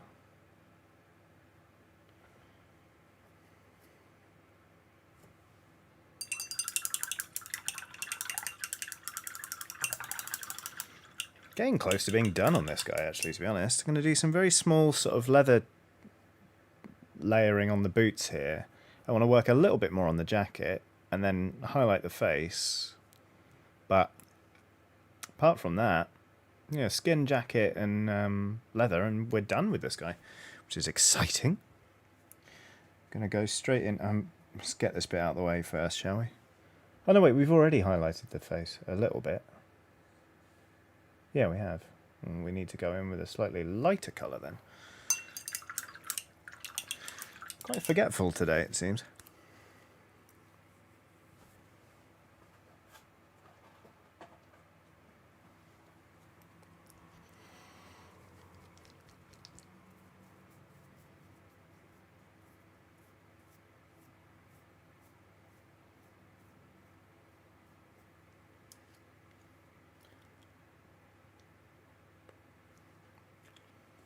Lucy says, I hope everyone is doing good. My boss is roaming the offices today, so I can't watch properly. Just lie low, mate. You'll be okay. Oh, yeah. Robert Griffin says, what do you call a party of nothing but warlocks? An eldritch blast? Thank you very much for the super chat. And again, another very good D&D class joke. I'm into it. Yeah, that's a nice... That's a better highlight colour, isn't it? All right, let's wash the brush. I'm sorry to everyone who heard me list off leather, skin, jacket, and thought I was saying skin jacket. I promise he's not wearing a skin jacket.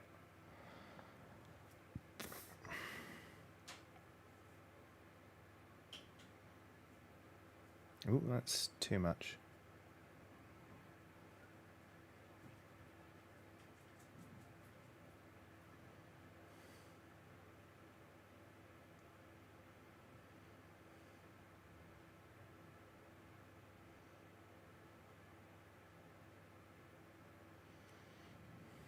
Yeah. It's a face. It's not great. It's not my best work. I think it will dry a bit darker, and that's okay. Yeah, that'll do. Eccentric Lefty says, well, leather jackets are skin jackets, really. Tech, yeah, that's very true. Very true. That makes me feel less weird. Anyway. Alright. Have a look at some of our other reds in here, shall we? Gory red. Is that what we want? Do we want the old Wildducker red? Let's go with gory red. Let's give that a good shake.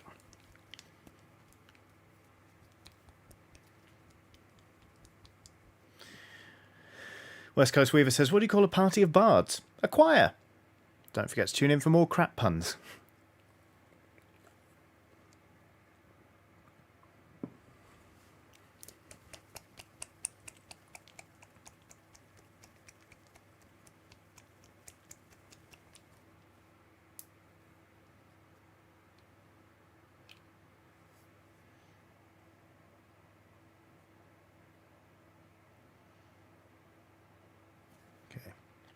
Oh, gory red, I think, is actually meant to look like blood. It's meant to be maybe a bit of a technical paint. Maybe. Let's have a play with it and see what we get. No, that's right. Okay. Okay. Genethical says, glad to see the stream is still going. Evening, everybody. Yeah, we're live for like another hour and 45 minutes, probably, unless something comes up or I abruptly run out of steam, which has been known to happen. But yeah, we've got a good while left in us. Howdy, Genethical. I hope you are well. Actually getting to the end of this miniature, so we can start painting another one, which will be, gosh, so exciting. It's nice to slowly be working through Curse City again. They are lovely, lovely models.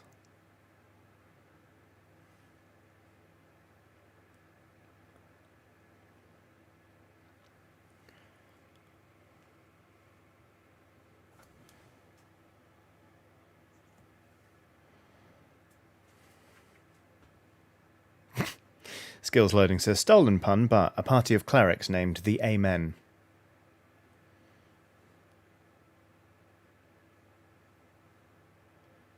Very good.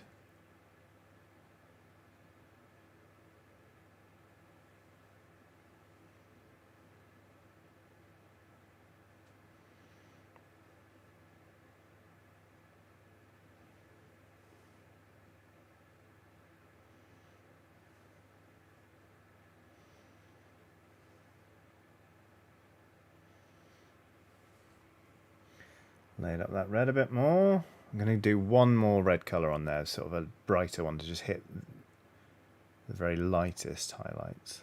And then the jacket should be done. Quite pleased with how this has turned out, really. I end up saying that every time I paint on these streams. Oh, I'm quite pleased with that. Yes, otherwise you'd still be working to finish it. Dickhead. Shamari Wallace says, what do you call a witch who only eats sand? Malnourished. Can't argue. Can't argue with that. Okay.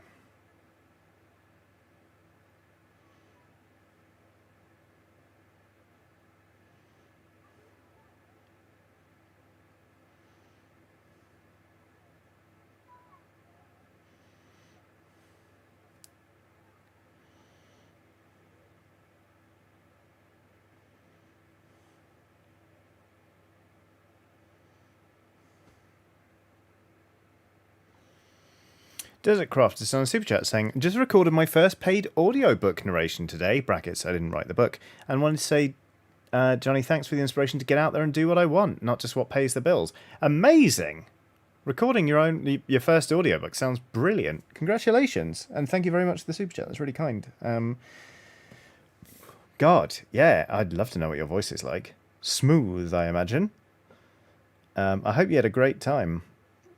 And that it wasn't grueling, and that it was just a fun experience in reading. It's very exciting.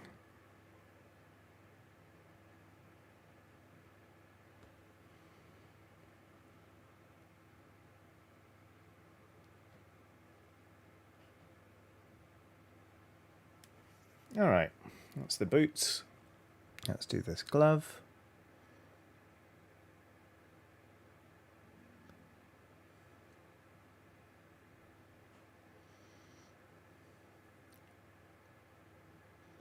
Orb some of it away with the finger. Titan Uranus has done a super chat saying, by the way, the preliminary results for the church elections are in. So far it looks like the fascists are losing one mandate, whereas the left doubled theirs. Well, that's good. That sounds great. Thank you for the super chat, Titan Uranus, and for the good news that the fascists are down, while the left is on the up. Very pleased with that. I think we can all agree. I don't think there are any fascists in this community. If there are, please fuck off now.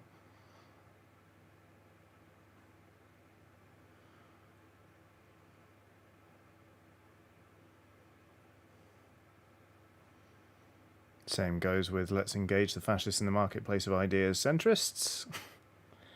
Just clean some house while we're at it. Silent Cob. Oh, good news. Swords, Set Watch Swords of the Coin is shipping out to most regions. Europe may take longer. That's good news. Because, yeah, I saw it had run into problems, but I really want to play it because Set Watch is brilliant.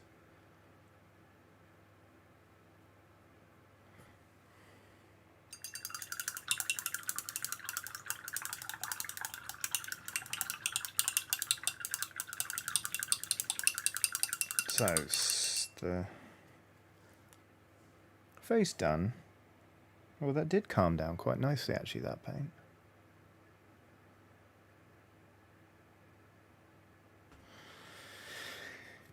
Done the leather, done the... Oh, no, one more red on the coat. There we go.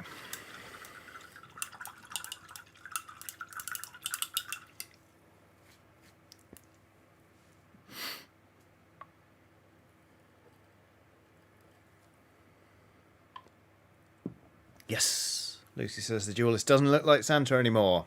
Very glad. Very glad. I had faith.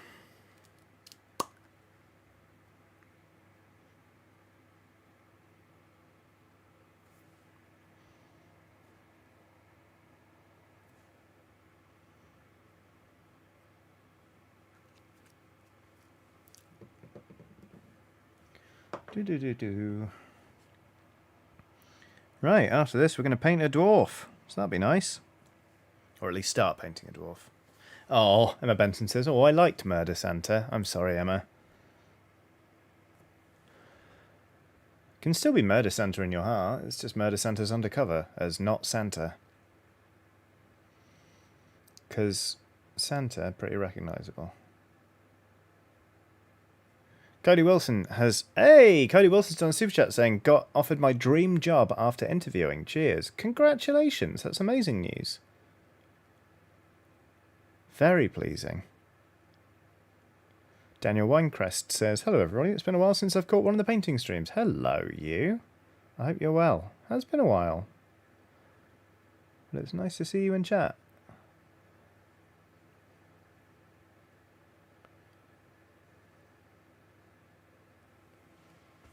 Just doing some very gentle highlights on this coat. And then we're going to call this particular model done.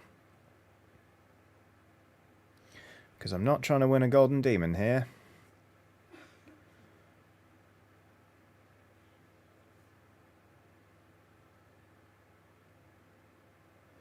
I'm just trying to reduce my paint pile. It's not a pile of shame, because it's not hurting me to have it, and I'm not ashamed that I've got lots of projects on the go. If anything, it's a pile of potential. So there.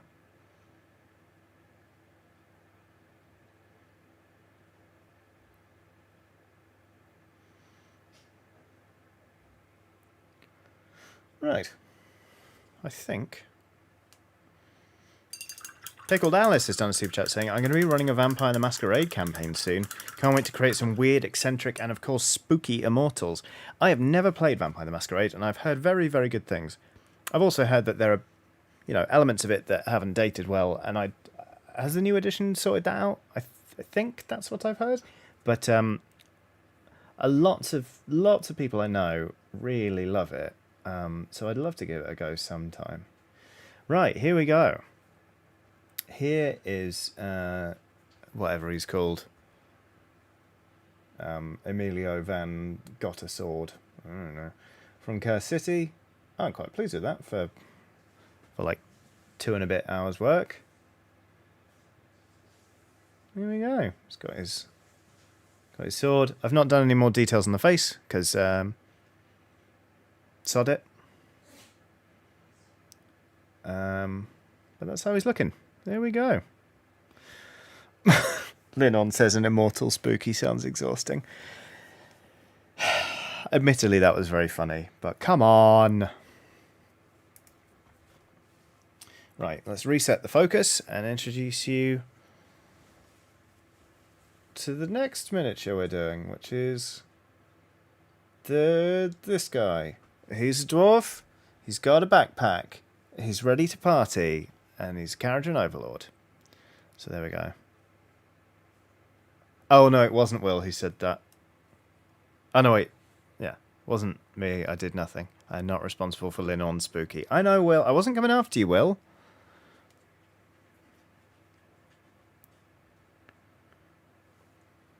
Right, let's put the sword haver to one side. And let's go with the dwarf haver. Or the dwarf beer. The dwarfman. Henry James Dwarfman. Bye! Love you.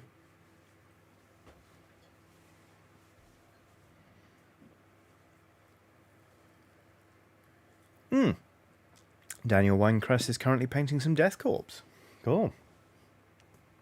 Hermit Prime says, hey Johnny, have you played Tell Me Why? I've really enjoyed it and it helped me a lot. And it's got some recipes in it, I think. I haven't played it, actually. I didn't get round to it when it came out, and I haven't remedied that. But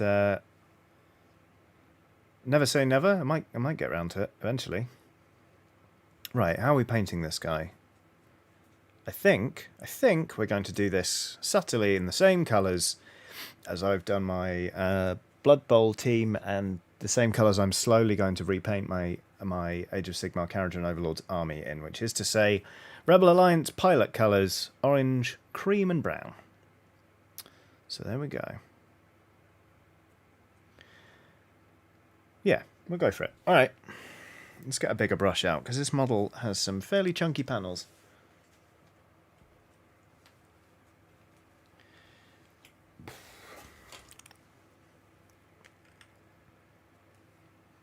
Where's it gone? Not that brown. That brown. Good, good, good.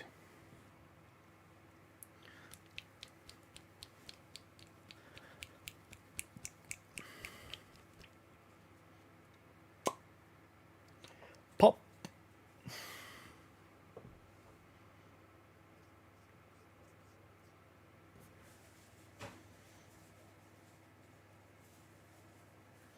So, as you can see on this model, well, you can't see right now, I'm not holding that up, but you know what I mean. As you'll be able to see, this model has a large jacket on. We're going to make that jacket leather, but there's also plenty of armor panels. Those are going to be green, going to be cream, and then here we've got this kind of like Arcanaut suit, and that's going to be orange. So a little pop of orange. Oh, and also the collar here. Everything else brown and cream. So it should be fun. You know what? We're even going to do the brown before we've even done the skin, whereas normally the skin is my start point. Wow. Somebody stop them. They're out of control.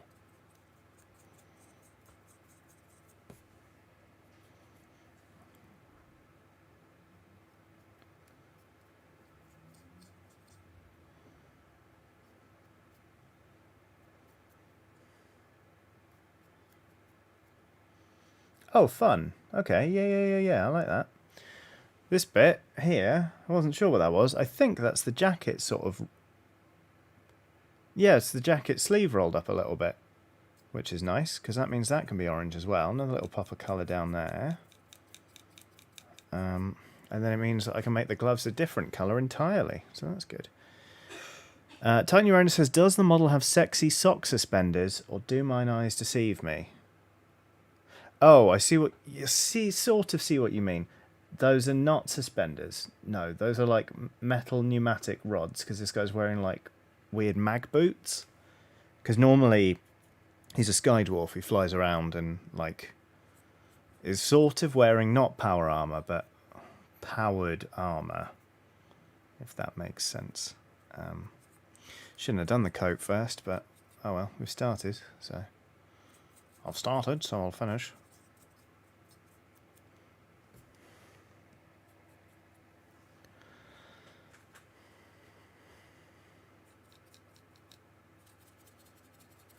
Oops, sorry.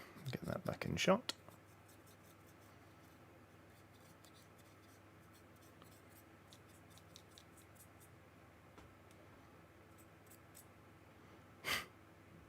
Tiny Rain says, sexy pneumatic rods are the fantasy variant. Alright, fine. Yes, he's wearing suspenders. Why not? Why not? You know? We can do whatever we like with the law, really.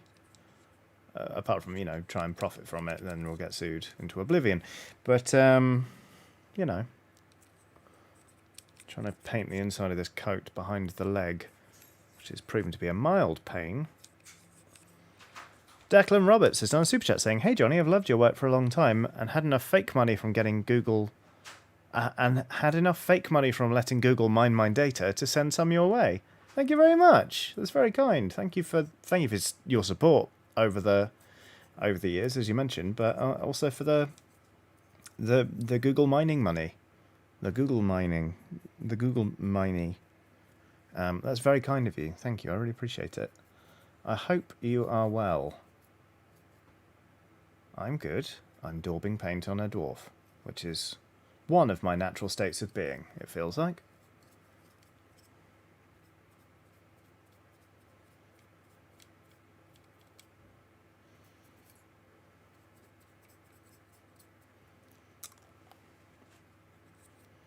Good. Coat. Done. Now let's do some flesh tone.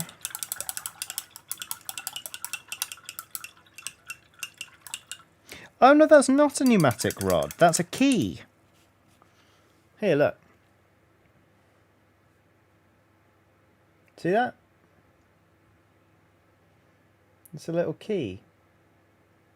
God, I'd be shit as a weatherman, wouldn't I? Right there. That's what that is. What if I just painted everything here so you got a real close-up? No, that'd be dreadful.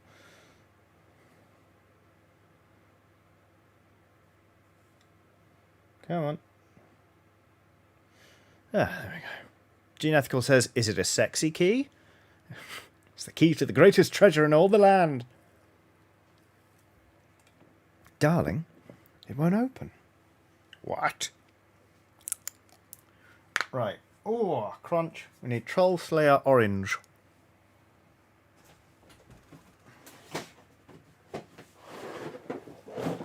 Hup.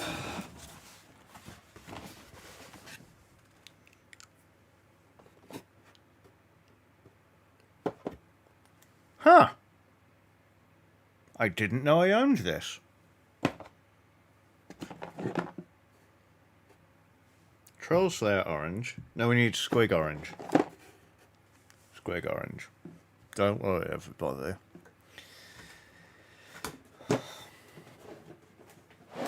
Yes, Clay Tremble, there is Robin Hood Men in Tights. Call a locksmith. I bloody love that film. Although there are two jokes in it that haven't aged well, unfortunately. But, you know, versus other films of that time, that's not terrible, I guess. But like, because I do love that film. It, you know, it became such a running joke at Eurogamer as well that I would like to do a screening of it sometime. But then I'm also like, okay, everyone, please enjoy the film. Apart from these two moments when something hateful is said in a joking fashion. Emma Benton says, Troll Slayer Orange feels oddly specific. Yeah, Troll Slayers are a type of dwarf. Guess what their job is. But yeah. Right, yeah, flesh tone, flesh tone, flesh tone, flesh tone, flesh tone, flesh tone.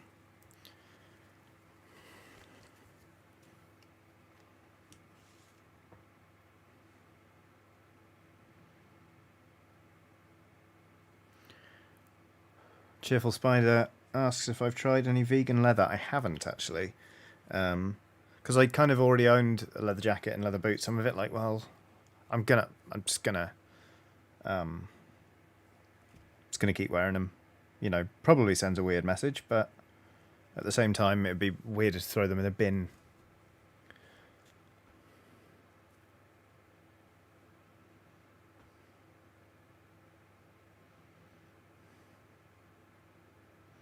Flesh, flesh, flesh, flesh, flesh, flesh.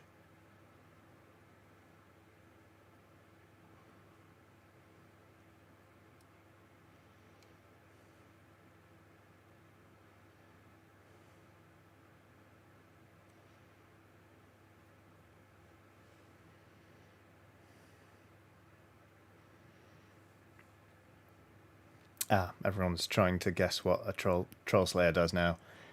You know what? All of your guesses are wildly off, funnily enough. Tom Chapman says, I'm having a similar problem watching back MASH. Alan Alda is a gem, but the humour is fully racist at times. Yeah, it's difficult, isn't it? When you go back to something, you're like, ha, I loved it. Oh. The two jokes in Robin Hood Men in Tights are when the witch is brewing something up, she's adding things. She says eyeballs of a crocodile, testicles of a newt, and then quips, I guess he's a transsexual now, and then laughs. And it's like, oh, okay, well, that's, you know, just outdated language, and B, like lol. It's not, it hasn't aged brilliantly. And the other one is there's a bit when they meet Rabbi Tuckman. Robin Hood introduces himself and his merry men, and Rabbi Tuckman asks if they're gay, and he says, no, we're straight. And like, that's, to be honest, I think that's kind of fine, but it's the word he uses. It's a Yiddish word, and I looked it up to be like, is it the same as the pejorative F-bomb for gay people? Like, is it meant that way in Yiddish? And from what I can gather, yes, it is. So it's like, it's a very mild joke, but the fact that he uses a term that is like hate speech is just like, oh wow. Mabel Teacher says I'm a comedy historian, and yeah, it does break my heart sometimes. I didn't know you were a comedy historian. That's amazing. That's a really fascinating field. Like, I'm sure you get this a lot, and do forgive me, but it never occurred to me that comedy history was a field. Of course it is. Titan Uranus says, I thought he just said gay fellas in Pig Latin. No. Unfortunately not. He uses... the word is fagelers. And you don't need me to elaborate to work out how that hasn't aged well. So it's a shame. But, Right, anyway, orange, going on. Well, no! This is a grey shirt! I'm not wearing my apron.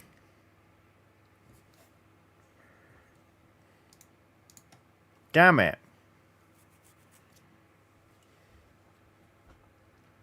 Well, that's fun. Get some bio strip on that.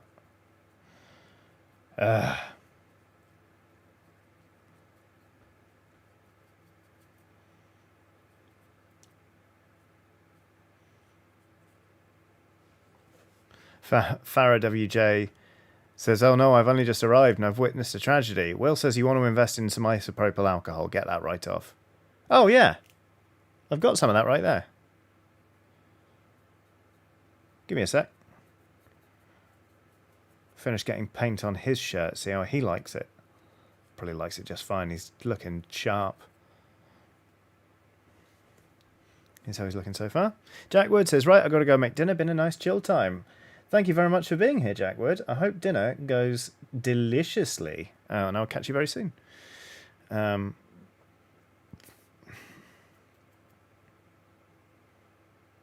Cube says, hiya. Hi, Cube.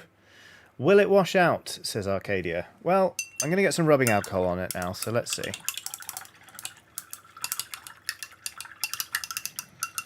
Given the fumes it will give off, I should probably change my shirt. But will I?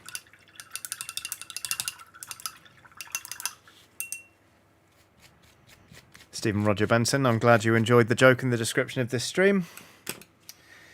Right, give me one sec, chat. I'm just going to... I like this t-shirt, so I'm going to try and save it by grabbing that rubbing alcohol.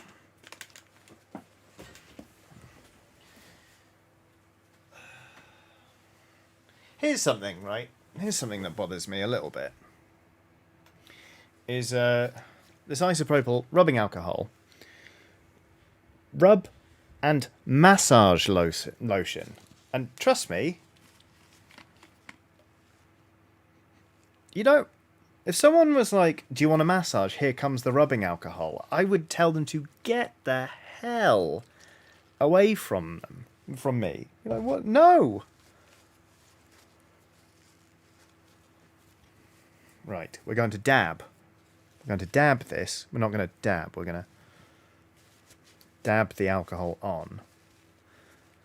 I just...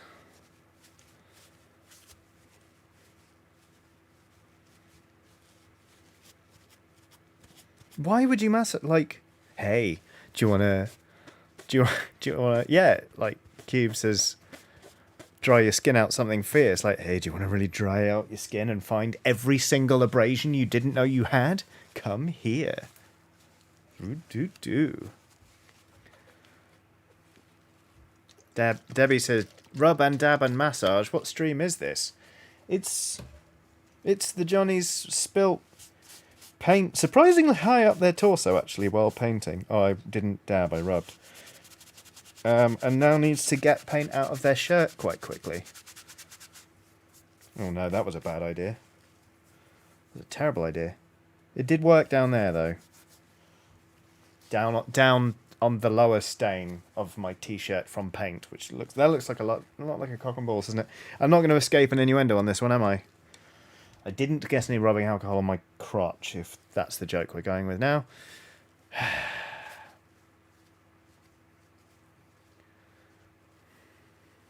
Bin Wizard says, right, this has been lovely carnage, but I have to go to a concert now. Bye, everyone. Have fun, Bin Wizard. I hope the concert is lovely. Fuck this. I'm just going to change my t-shirt. I'll be right back.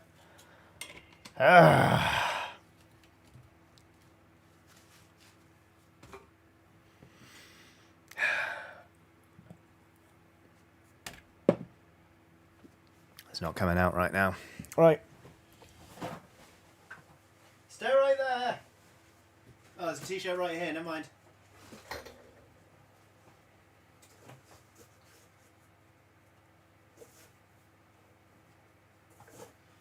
From the minute you walked in the joint, bah.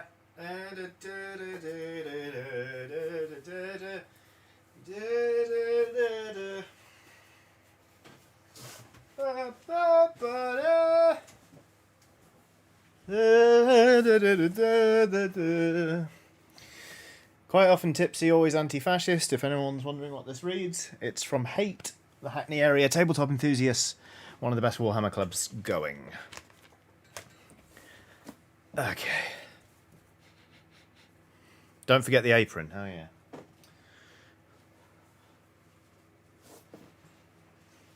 I've put it somewhere. It'll be fine.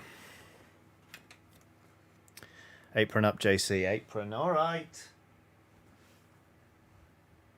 It's not where it normally lives.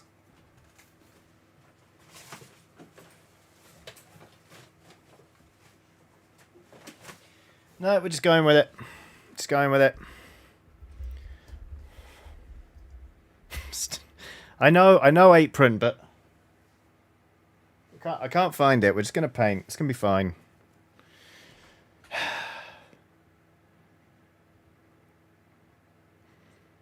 Well, that was an exciting few minutes, wasn't it? Goodness me. I'm glad everyone enjoyed the shirt toss anyway. Nevermore says, bye, I'm off to a doctor's appointment. Take it easy, Nevermore.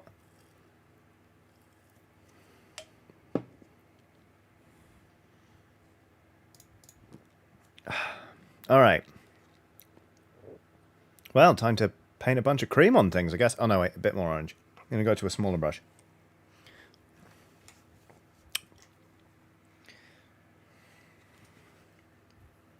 Genethical says, bets are open, everybody. How many shirts will Johnny go through?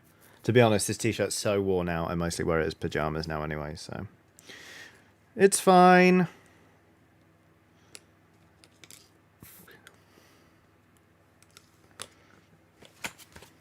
Stop reminding me about the apron. I don't know where it is. Thank you for looking after me, or looking out for me, rather, but... The Nice Witch says, Lord, have I missed some shirt drama? Hi, The Nice Witch. How to describe this stream so far? It's been a lot, as these things tend to be. But yeah, I just spilt paint on my shirt, then tried to get it off by rubbing alcohol onto the shirt. It didn't work, so I've changed my shirt. Everyone is now telling me to put my apron on, which would be great advice if I knew where it was.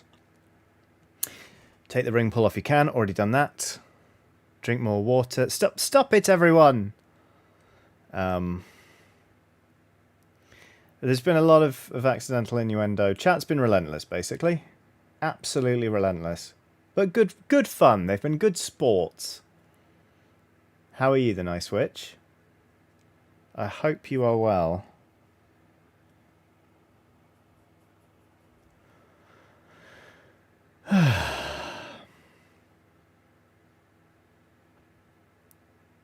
Cody Wilson's done a super chat saying, now on Spilling with Chiodini. Funny you should say that, actually. I've got a bit of cooking with Chiodini to film after this stream. This episode is... it is a process that takes quite a while. So I'm having to film in little bits. So you know. That'll be nice for you all once I reveal what it is. I hope it'll be nice for you all anyway. Right, that's that bit done.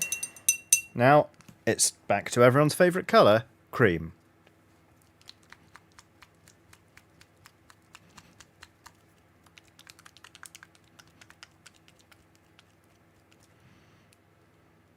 Haggis. I'm not making haggis poskegeek. Poskeget? Although I bloody love haggis, in fairness. I've made veggie haggis before. But no, I'm not making a haggis. Neko the Kitty says, is it something Life is Strange related? Maybe. Did I already tell you? I can't remember.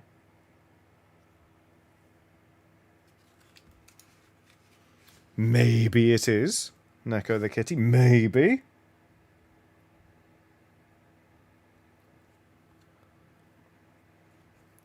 Right.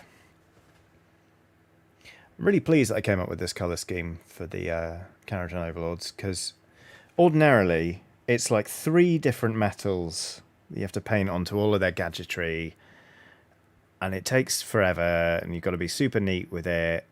And with the cream, dead easy. Just slap it on everything, mate.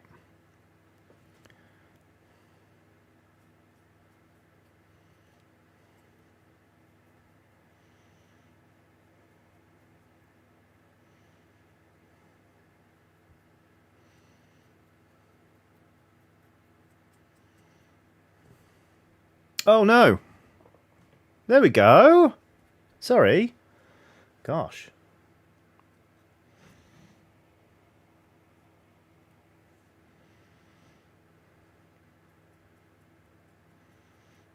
No, I'm not growing weed for a Life is Strange recipe. Just to eliminate the possibility there. In case anyone in chat is a cop.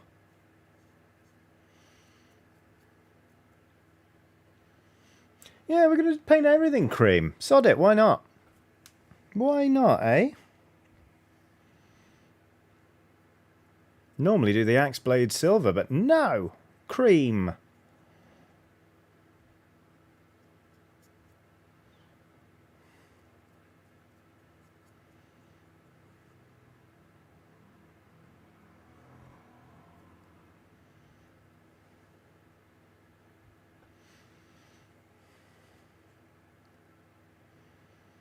Waterstar86 has done a super chat saying, are you doing a painting stream next Monday? Yes, I should be. Unless something comes up, the plan is very much to do a painting stream next Monday. And the Monday after that, and the Monday after that, and so on and so forth. Until eventually death. So, see you then, maybe. Next Monday. Not at my deathbed. Although, who amongst us really knows? Ask not for whom the bell tolls, etc., etc. This is going fine, Johnny. Perfectly normal bit of conversation you're having here. Keep going.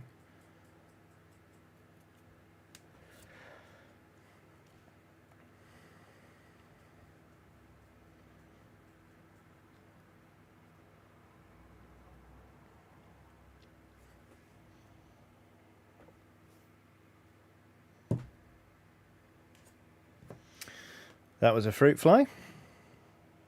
It's dead now. Get off my chili plants, you little bastards.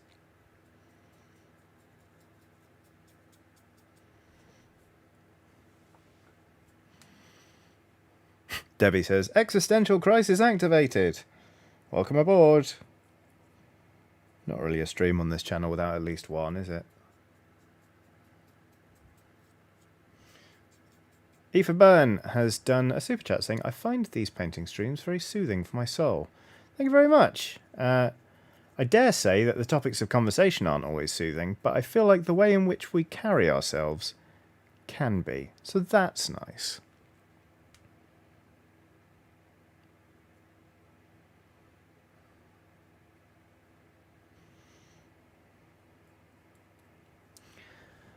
Arcadia says, video game stream on Thursday. Yes, that is also the plan. I plan to stream something on Thursday.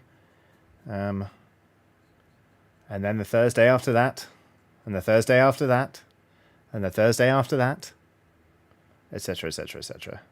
But yeah, I don't think anything is going to come up to... I mean, knock on wood. I don't think... I think I'll be able to go ahead with both, which is fine.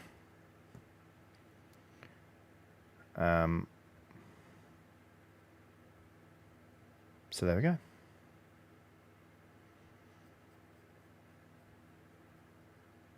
Although, my goodness, this month has gone quick, hasn't it?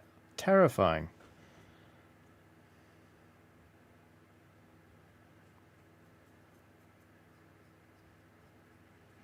Can't believe it's nearly October. I mean, I'm delighted the weather's turned and it's autumn, but also, oof.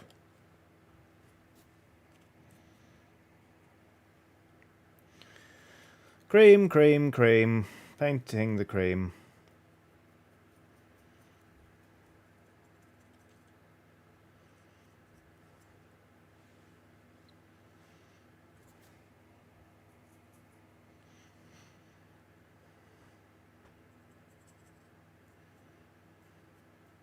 Oh, Hermit Prime says it's crawled by for me. Okay. Well, I'm glad. I mean, that doesn't sound great if it's crawled by, but it's at least vaguely reassuring that people have experienced this time differently to me, because I feel like I blinked and suddenly it's the 20th of September. Emma Plass says, this year has felt as sudden as last year was long. Yeah. No kidding.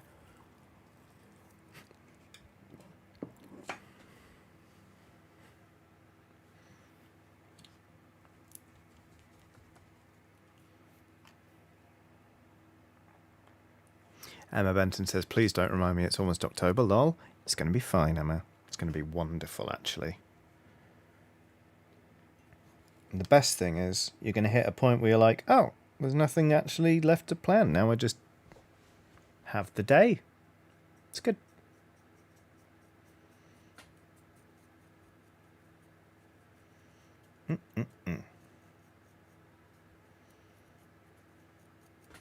This is going to require a second coat of cream.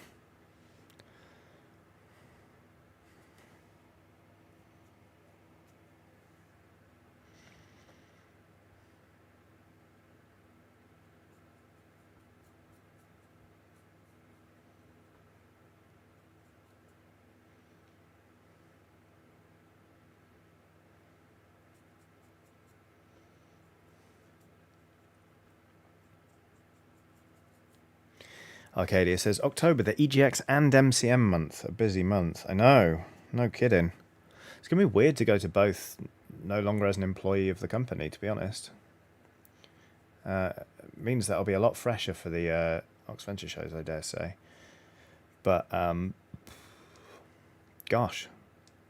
I'll wander around a bit and not have a packed schedule. Be quite pleasant, I think. Do a little wander. Enjoy a little Oxventure.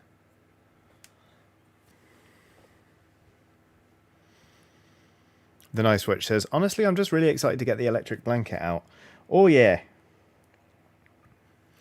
Yesterday it felt kind of cold, and then in the evening, Watson got on my wife's lap and was curled up in a little burrito of a blanket, and then my wife got up to go to the toilet, and the dog didn't move. That's how you know. That's how you know it's autumn.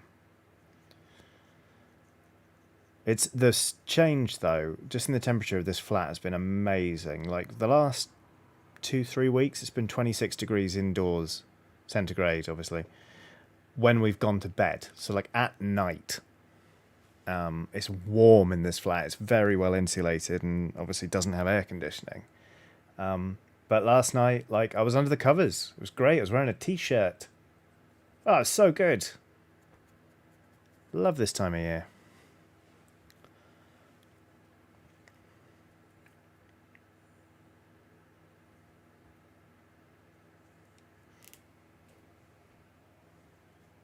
I can hear an animal sleeping, but I can't see one. Maybe the dog's the other side of the desk.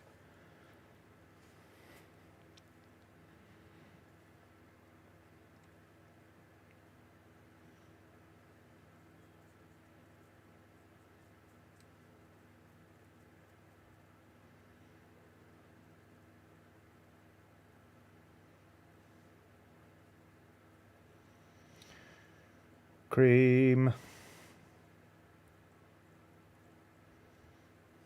little bit messy, but it's coming and it's getting there.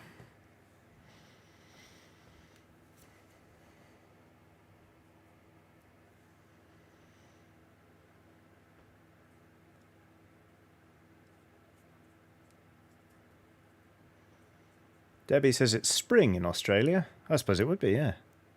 What are the winter temperatures like in Australia?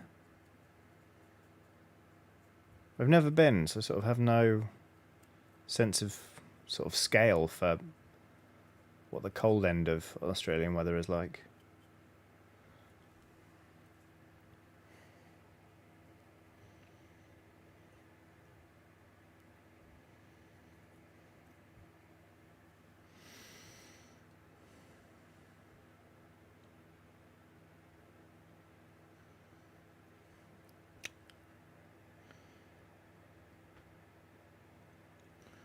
Oof.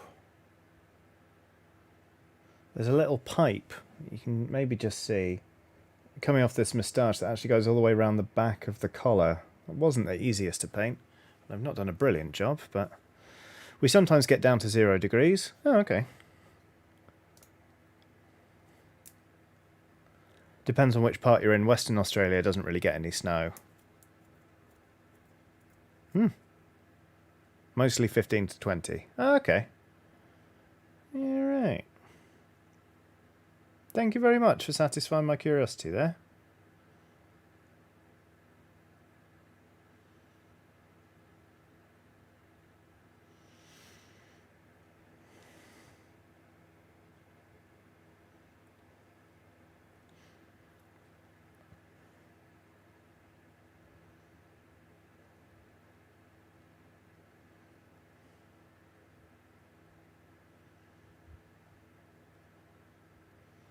I do love Carrot and Overlord's models. This guy's basically wearing a half visor. I know it's designed to look like a beard, but it is actually like a breathing mask. Because they obviously, like, they're out shooting at high altitudes and stuff.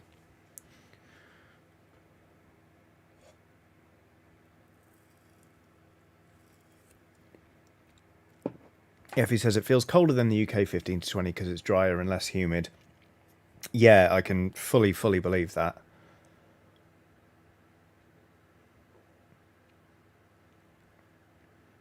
Sounds quite pleasant, really. My friends have a running joke saying, you know, like, oh, if, you know, Johnny didn't have ties to London, if, you know, oh, if Johnny wasn't married, etc., they'd go live in Scotland. And oh my God, it's true. If it weren't for all the lovely people I know and the family I have here, I would be up and away to Edinburgh. Thank you. Lovely high ceilings. Gonna be freezing all the time. Get it in my bones.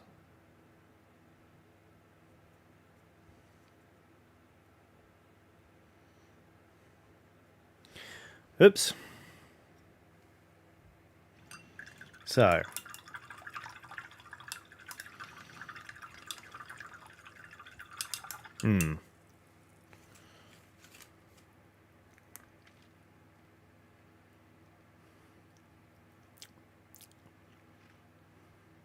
Metabolic Spore Zero has done a super chat saying, "Hey Johnny, love the thumbnail." Thank you very much. We actually already finished that model. No longer looks much like me. But there he is. Just hanging out, having a nice time. Ooh, Visible Wizard says, "I'm enjoying painting along with some Halloween Sylvaneth. I really enjoy the space you've created." Thank you. I'm quite pleased with it, to be honest. I would love to see Halloween Sylvaneth, even though obviously the running joke is I hate the Sylvaneth because I've lost to them at Age of Sigmar more times than I care to mention. But I'm kind of fascinated by them at the same time, and I love seeing different sort of takes on them, like autumnal ones and like blossom ones and stuff. So that sounds very exciting. What even is this? Oh, it's a scroll. Okay, all right. You've got a scroll in your pocket, have you? Or you just pleased to see me, etc., etc.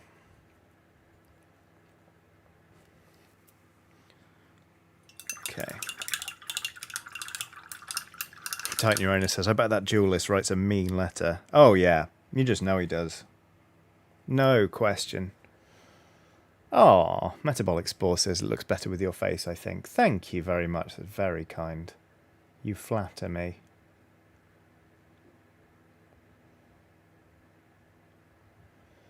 Right, now I'm going to switch to a sort of leather-ish colour, sort of a light tan.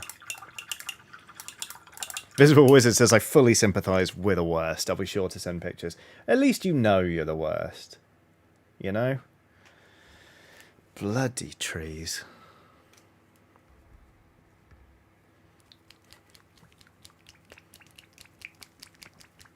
Oh, Emma Blast says, "Often I will put these streams on when I have my own work to do or want to indulge a hobby and craft along with you. Been doing it since I found the DB Paint streams last year." Lovely.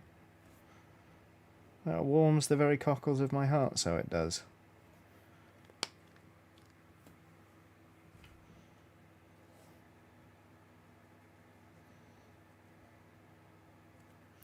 Right, I'm going to paint the gloves on this guy.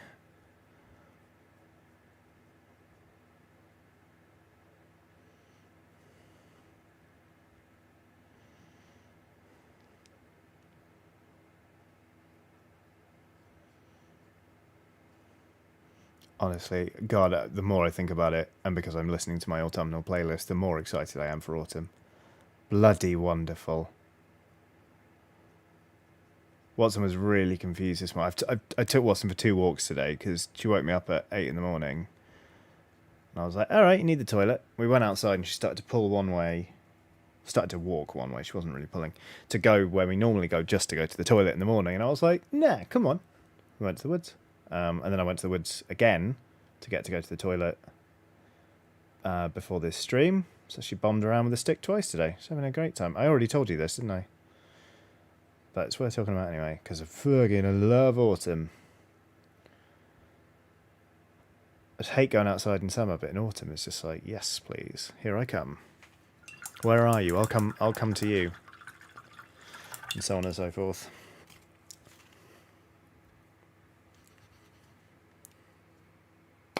The Nice Witch says, "Johnny, stop going to the toilet in the woods. Make me." Also, in the woods where I walk, Watson, blatantly loads of people go and wee in it. Because people hang out there all the time, to the point where, like, people hang bin bags from trees in certain clearings because so many people just go there to get pissed. That they're like, "Oh, if you're going to get pissed, or at least put your stuff in a bin." There's also a little clearing where in the summer, like, you can find up to a dozen naked men sunbathing. Which is awkward because there is a bin there, and sometimes I use it to bin one of Watson's poops if she's just pooped in that section of the woods. So I sort of walk in, and they're all a bit like, "Oh, who's this?" Are they going to take off their? They're going to take off all their clothes and lie down with their dog, and then I'm like, "Hi, I'm just binning a poo," and then they're like, "Oh, okay." Which, you know, livens things up a bit on the walk, I guess. First time I went in there, a guy made eye contact with me, sort of then leant back and just casually flopped his penis up to tan the underside of it. Just wanted to make sure that he got even suntan coverage on his wang. And I saw it happen. And it stayed with me ever since, and now it's in your heads too. You're welcome.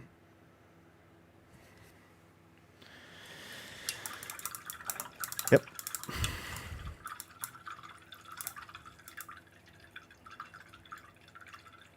Desert Cross says, who collects the bin bags? This is a council-run thing. I don't think it is, because there's also spray paint graffiti on the trees, being like, bread is not for ducks, and no littering. I think it is just some people who bloody love the woods. There are also people there who have, like, allotments, so maybe it's something to do with them. You're all welcome for that mental image. Sorry, I just kind of... Yeah, Genethical says I'm unsubscribing. Yeah, perhaps I should have thought more about that before I described it, but... I got away with words, what can I say?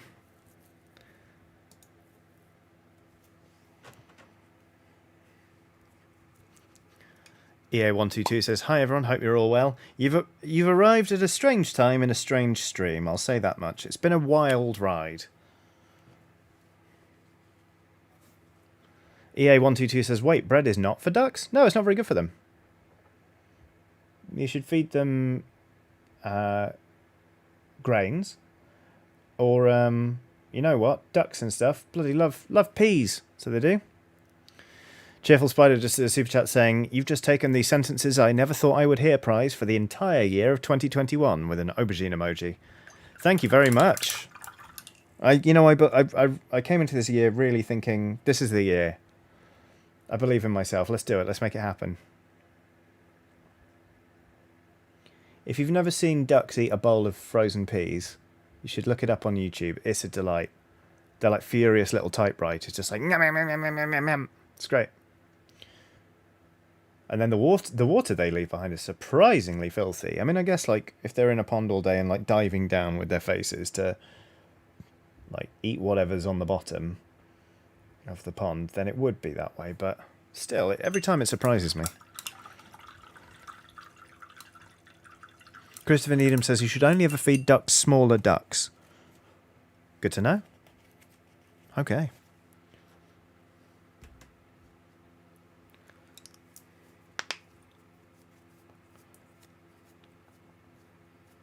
Manbun says, sorry, Manbun additionally multiple friends says, are the peas frozen or previously frozen? I think they can still be frozen, probably. I don't know. Never actually asked a duck what its preference is. But then they've never told me, so... Who's really at fault here?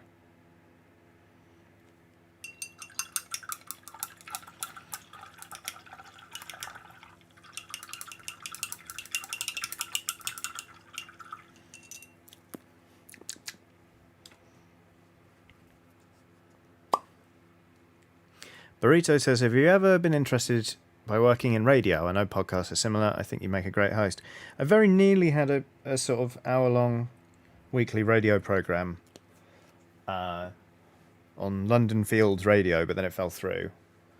But no, I've never really looked into it. Like when I started, I was working at ITN, Independent Television News, and they had IRN, which is Independent Radio News, in the same room. So I did sort of see it all working and people, you know, going to read stuff out and things, because they were basically the ones who would syndicate the news. You know, but now it's time for the news. They would cut to the IRN news and it would be read out to a whole bunch of people.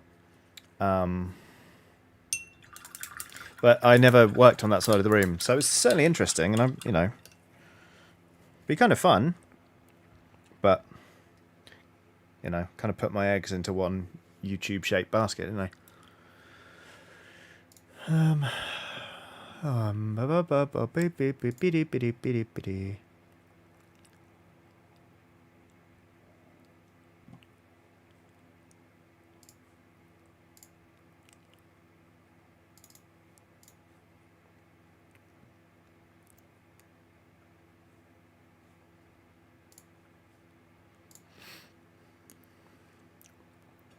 Ah. Yes, I see somebody's mentioned ducks' penises in the chat.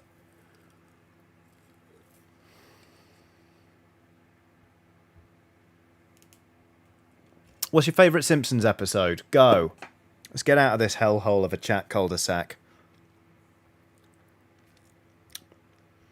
Actually, what's the best song in The Simpsons? It was me. Well done, Emma. What do you think is the best song in all of The Simpsons? I'm not going to lie. I think it might be the Stonecutters song. Arcadia says, will Watson be at the Games Market on Saturday, and can we bring her treats, please? Thanks. P.S. Really looking forward to seeing you there. I don't think she's going to be there because she gets a little bit nervous in the town square when we've been there before. So unfortunately, because I'm going to be there for like 6 hours, I'm not going to have the dog with me. But it'll be lovely to see people nonetheless. Monorail is a very strong song. Spider Pig, Licorice Whip. Maison Derriere, Monorail, pretty brilliant. See My Vest, very good. Help Me Dr. Zaius.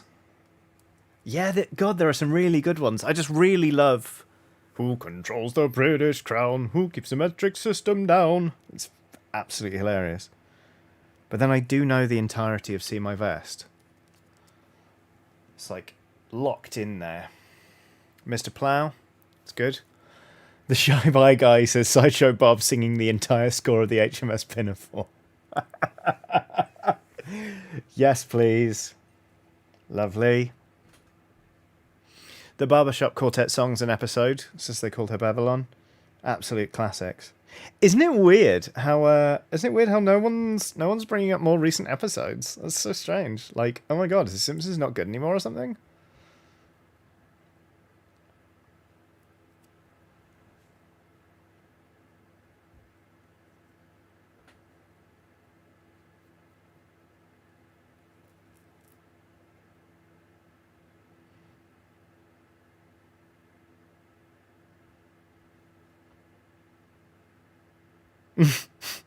If he says number 8, burp. Number 8, burp. Very good.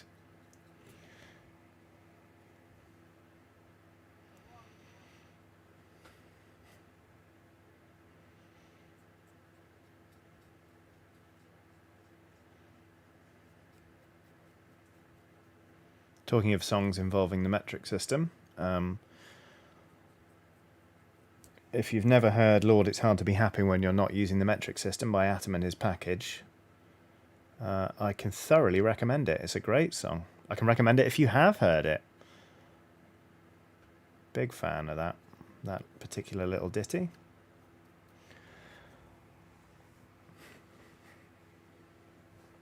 Ooh, Who Needs the Quickie Mart? That's a good one as well. It turns out there are just some great songs in The Simpsons.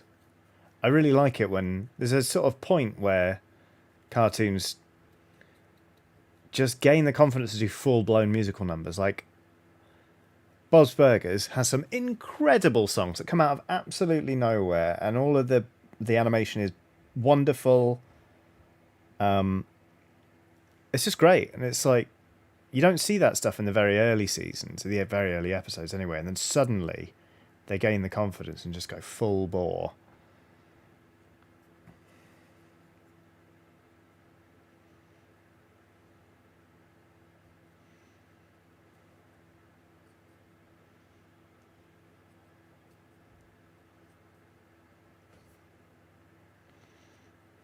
See my vest, made from real gorilla chest. See this sweater, there's no better than authentic Irish setter. See this hat, 'twas my cat, my evening wear, vampire bat. These white slippers were albino, African, endangered rhino, grizzly bear underwear. Turtles next, I've got my share, bray of poodle on my noodle, it shall rest.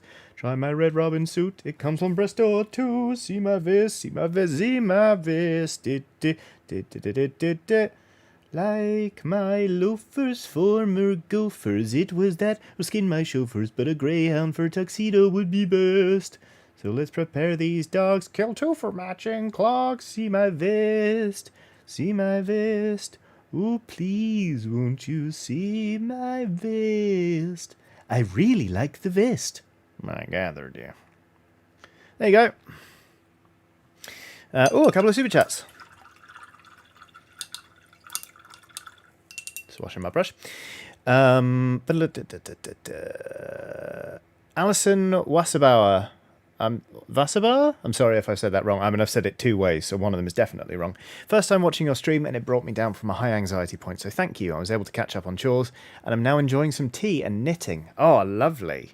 That sounds great. I haven't knitted in ages. I learned to knit to I learned to make hats by knitting to impress a woman I really fancied when I was at university. She was impressed, but she did not want to kiss me.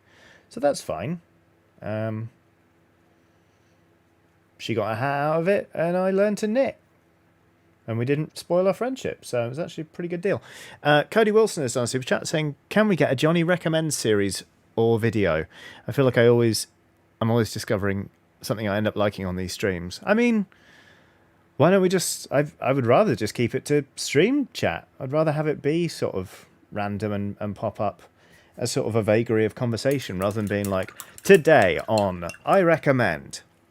Because I like the fact that people will be like, I like this band, how about this?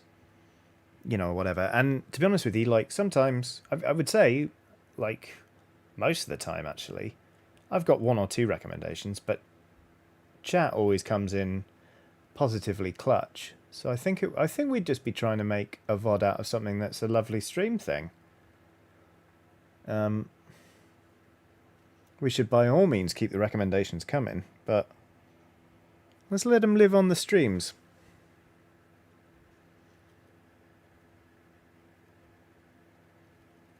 That was clumsy. That was very clumsy, but we'll go back in and fix it. It'll be fine. Good, good. See my vest. I really like the vest.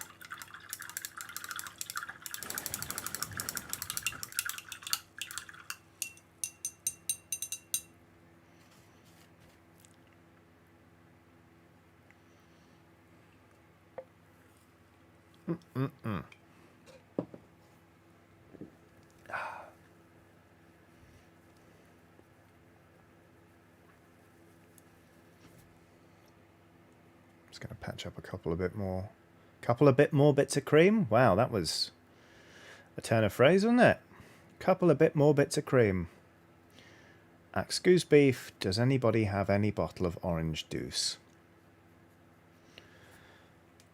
Doom Biscuit says, I need to go get ready for Pathfinder now. Thanks for the chaos chat and for the stream, Johnny. Wish me luck in annihilating as many zombies as possible with my gigantic hammer. You go, Peter Gabriel. I hope you have a lovely time with Pathfinder.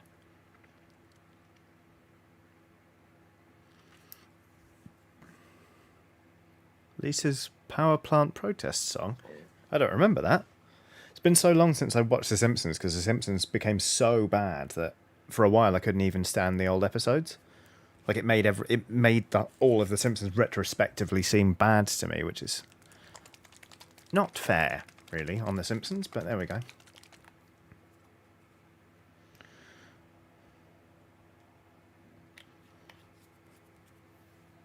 ADU says that figure is a lot more creamy than the last time I saw it. Isn't it just? Also, ADU every single time I see your username pop up in chat, I think it is someone asking somebody else if they're alright, and I'm like, oh no, is there a crisis in chat? It's just you? Throws me every time, every single time.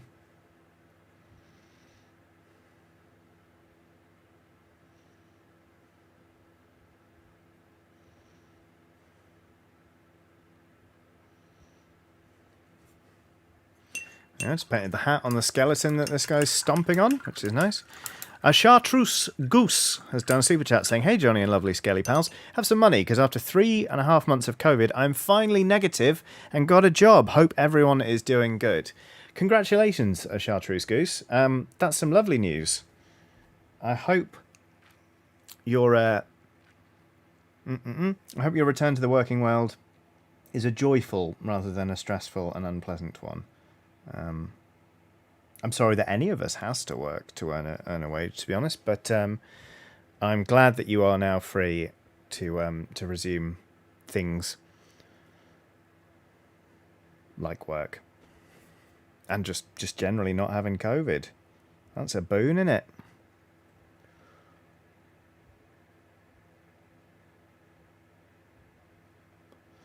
That's too light. that is. Let's get some darker paint on there.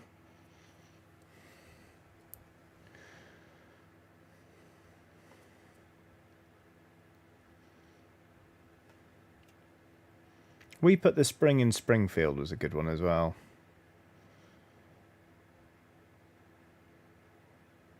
We put the spring in Springfield. I would say probably Monorail is the most cherished one, though, isn't it?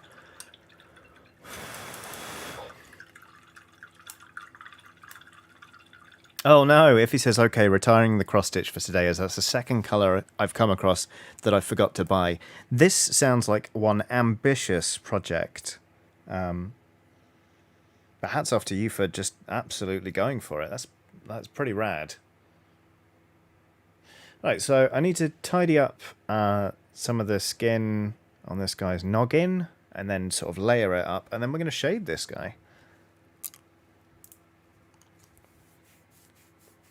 Doing alright, getting through them. Getting through them. Also getting through this stream. Got just over half an hour to go. Where did that time go? Bloody hell. Right. Where's the flesh tone I need? There it is.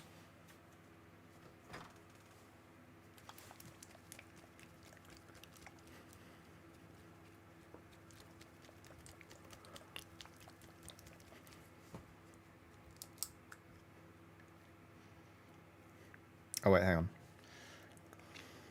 I should do the original tone first, and I need to tidy this guy's head up. If he says it's going to be big, because I don't do things small.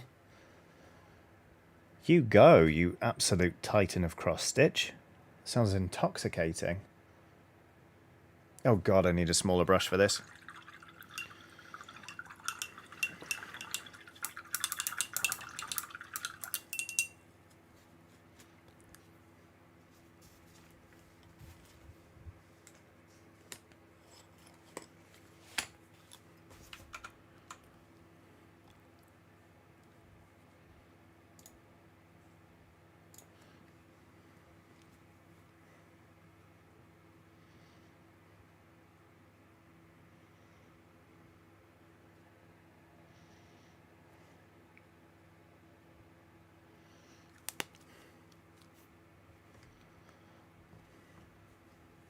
Oh, this is interesting. Alex Nardellis says the best Simpsons-related song has to be Ralph Wiggum by the Bloodhound Gang. Now that's a subcategory we could go into. What other Simpsons-related songs are there? I guess you could claim The First Weekend of the Summer by Arab Strap, because there's a bit when they talk about catching the Simpsons. It was an old episode about Homer and Marge, and to be honest, by the end my eyes were a bit damp. But apart from that, the Simpsons must have figured in a whole bunch of other songs, right? The Bartman, says Will. Yeah, fair.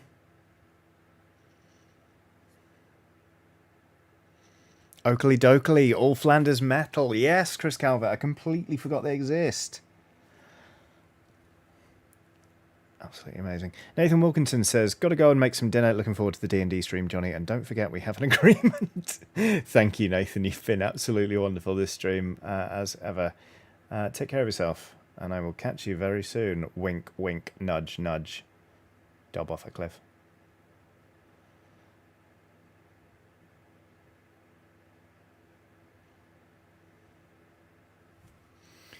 All right.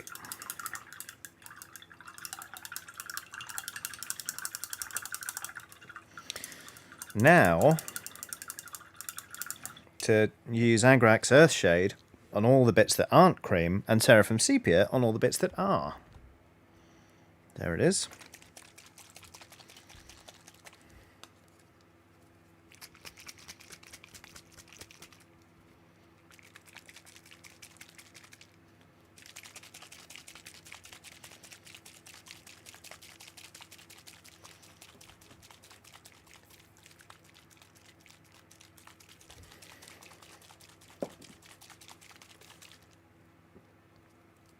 Shooka, shooka.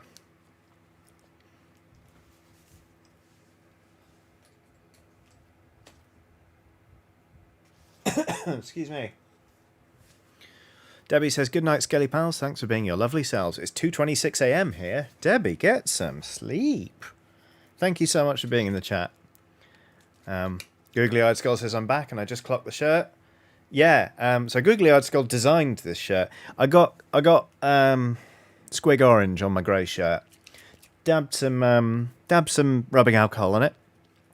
And then the rubbing alcohol, I dabbed it on accidentally in the shape of a penis. So I just changed my shirt. And I put this one on, because it was the closest one I had to hand. I hope the dentist was alright. You seem compos mentis, so that seems good. Ah. I didn't layer up the orange. That's 2 for 2 on forgetting a step before shading today. Good times.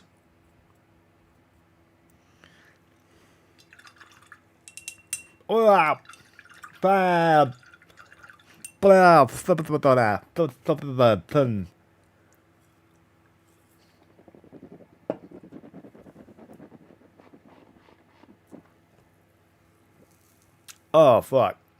I didn't... Oh, wow, that lingers. I put the brush in my mouth loaded with Agrax Earthshade.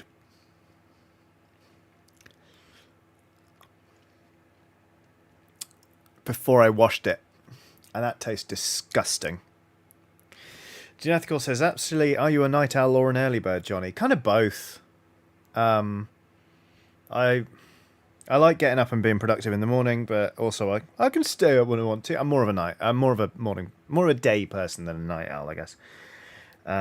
They called her Babylon said it's drink your paint water, Johnny, not eat your paint. Yeah, that sucked.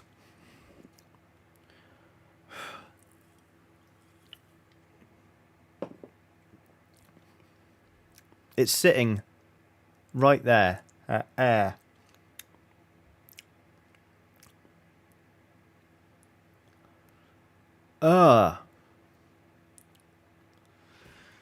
Wow. And yet I stick the brush straight back in my mouth, huh? Oh.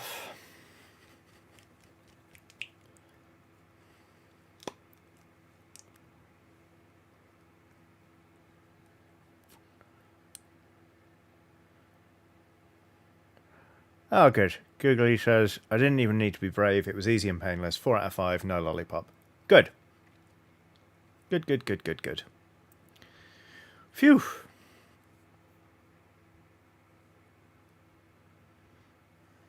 All right. Nice Switch says, oh, you'll be too full for your dinner now. Oh, filled up on paint again. God. Still taste that. Horrible. Emma Blast says some isopropyl alcohol will get that right out. Oh, God. Basically, vis-a-vis sleep patterns, when I got stuff to do, I tend to go to bed sort of between 11:30 and midnight, I guess. Or like 1 at the latest, I'll go to sleep. But if I'm like completely on leisure time, like holiday, I'll go to bed around 3 or 2:30, sleep until like 10:30 or 11. Gene Ethical says, you should check if the orange paint tastes like oranges. Well, I'm proud to tell you I already know, and no, it bloody doesn't.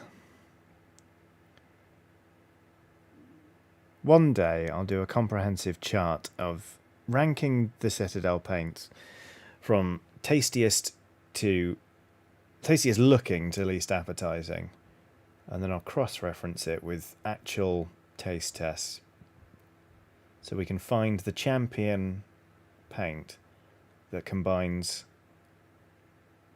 sort of looks delicious with tastes alright. Because alright is the best we're gonna get.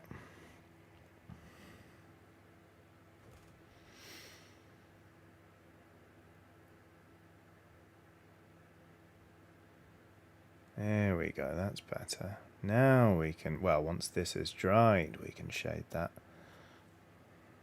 There we go, just a bit bit more sort of layering in there.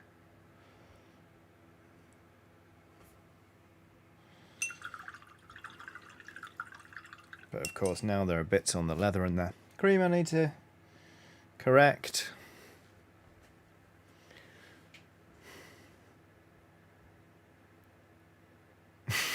Googly-eyed Skull says, what does the Deceiver taste like? And is the cream creamy?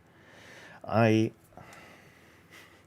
I actually nearly just stuck that brush in my mouth then. I've tried the cream before, and it's not as offensive as some of the other Vallejo paints. I've not tried the Deceiver yet, thankfully. Alright, brown, brown, brown, fix the jacket. Then we're going to get on to shading this little bastard. Delightful.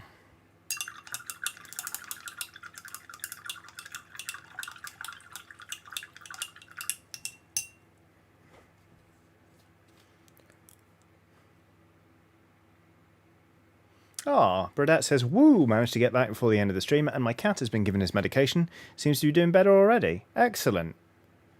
Good stuff. All the best to you and your cat. I hope the recovery continues apace. Come on, you little bastard. There we go. Right. We try again. Agrax Earthshade, going in all the bits that aren't cream. Seraphim Sepia, going in all the bits that are cream.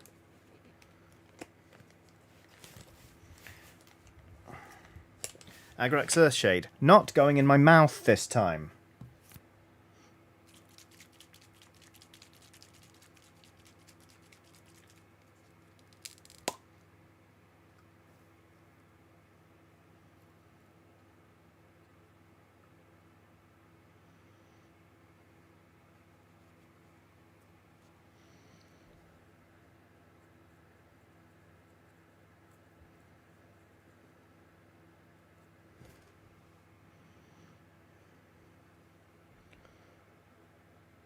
Ooh, that's quite a lot of Agrax Earthshade there, isn't it?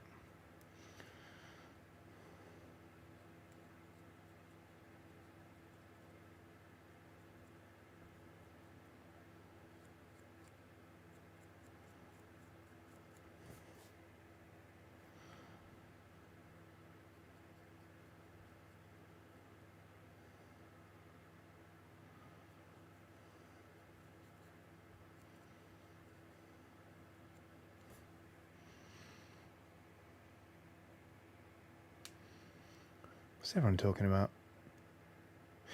Everyone's talking about what would taste worse, the paint or the sweet chili sandwich. No comment on that bloody front. No comment. Thank you, though.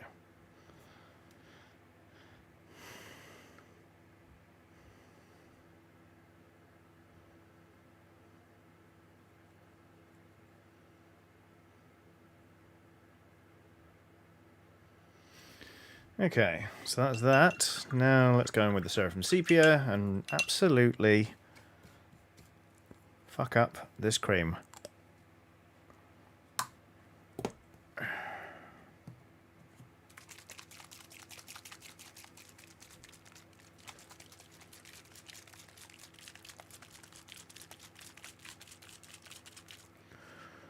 What song is this? I like it.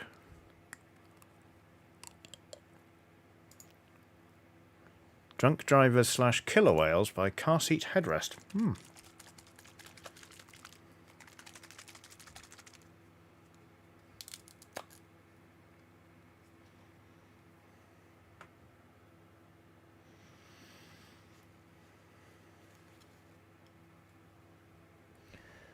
Cream.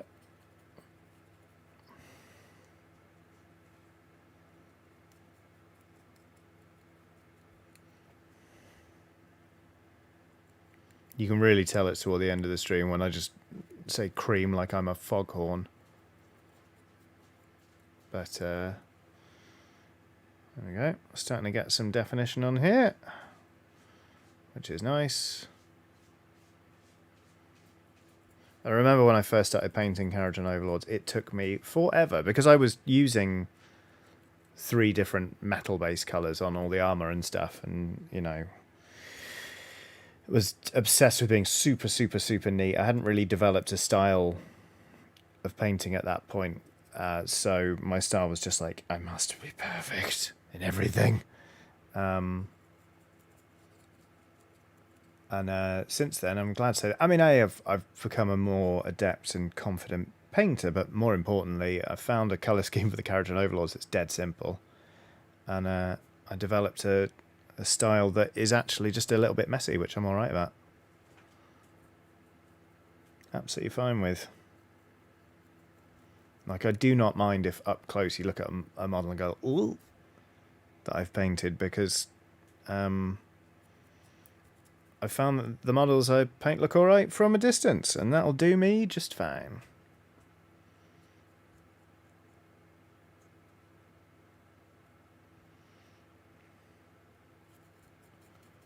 Will was kind enough to describe my painting style as painterly. The nice which says Creamhorn Leghorn, my favourite Looney Tunes character. Boy, I said, boy, we're gonna paint that thing there cream. Then we're gonna shade it with some seraphim sepia. There we go. Suddenly, he looks like he's been dunked in tea. Oh, apart from that foot. Mancoy's done a super chat saying, just paid off a maxed out credit card, meaning I save about $200 a month now. Hope everyone else is having a good Monday too. Thank you very much for the super chat, Mancoy, and congratulations. That must be such a weight off. Absolutely delicious news. That extra money each month is, I'm sure, going to be a great comfort. That's wonderful. Will says, is that Foghorn Leghorn or Benoit Blanc? Very, very good question. Where were you on the night of the coyote getting blown off of the cliff? I understand he was chasing a roll runner. Mr. Harry Gray says, Johnny, I just got back from my first day in my new job. Thank you for keeping my anxiety at bay with your streams.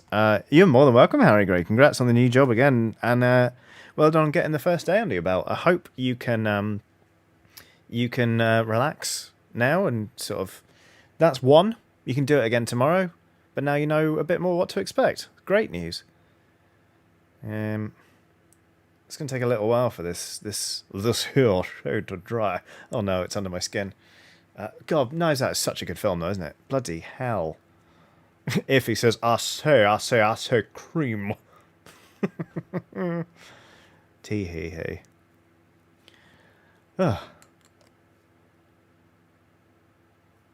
It is nice to paint the Curse City models again.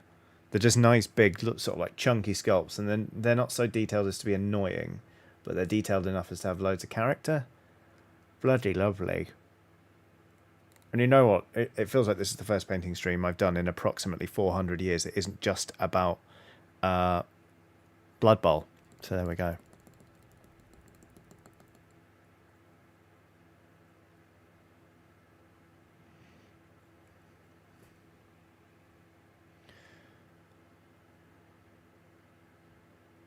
Just moving some of the excess shade around.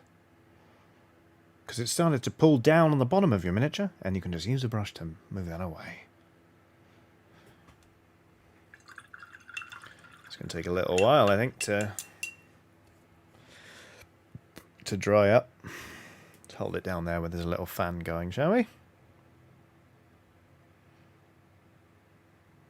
Thunder Cookie didn't know that there are more Knives Out films on the way. Yeah, it's more just Benoit solving crimes.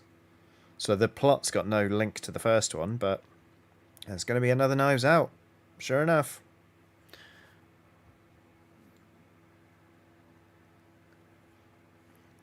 Boo-doo-doo-doo.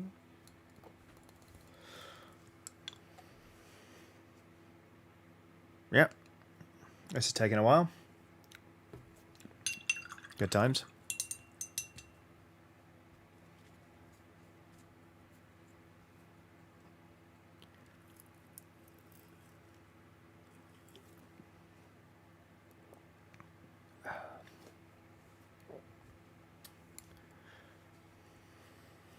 Titan Uranus says, I hope they call it Knives In.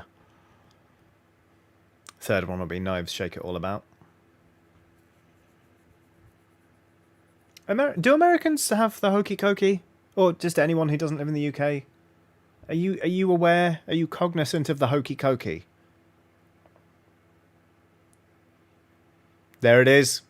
Knives Shake It All About. Titan Uranus, Doc Brown, Chaos. We're all on the same wavelength.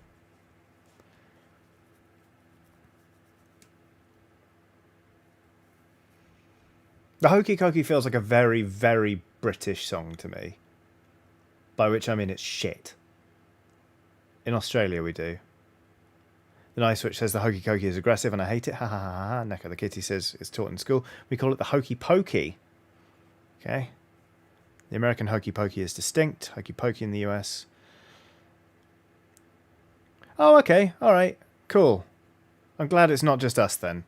Because it's like... It's a bullshit...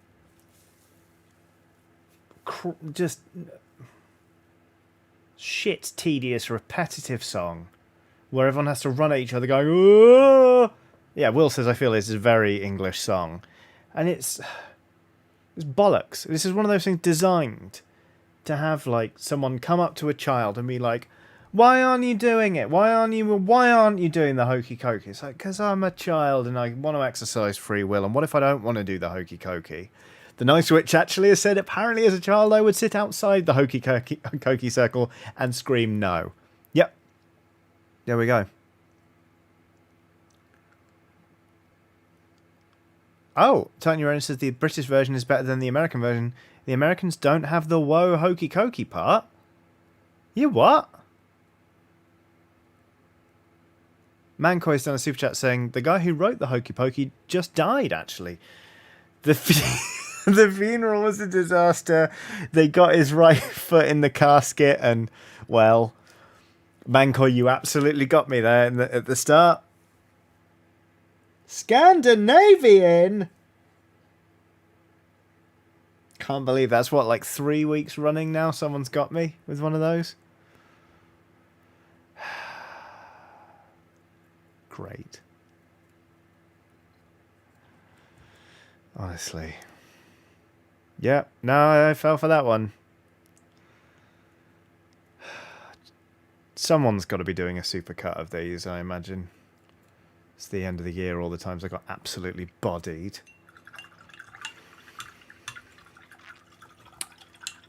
Yes, well, thanks everyone.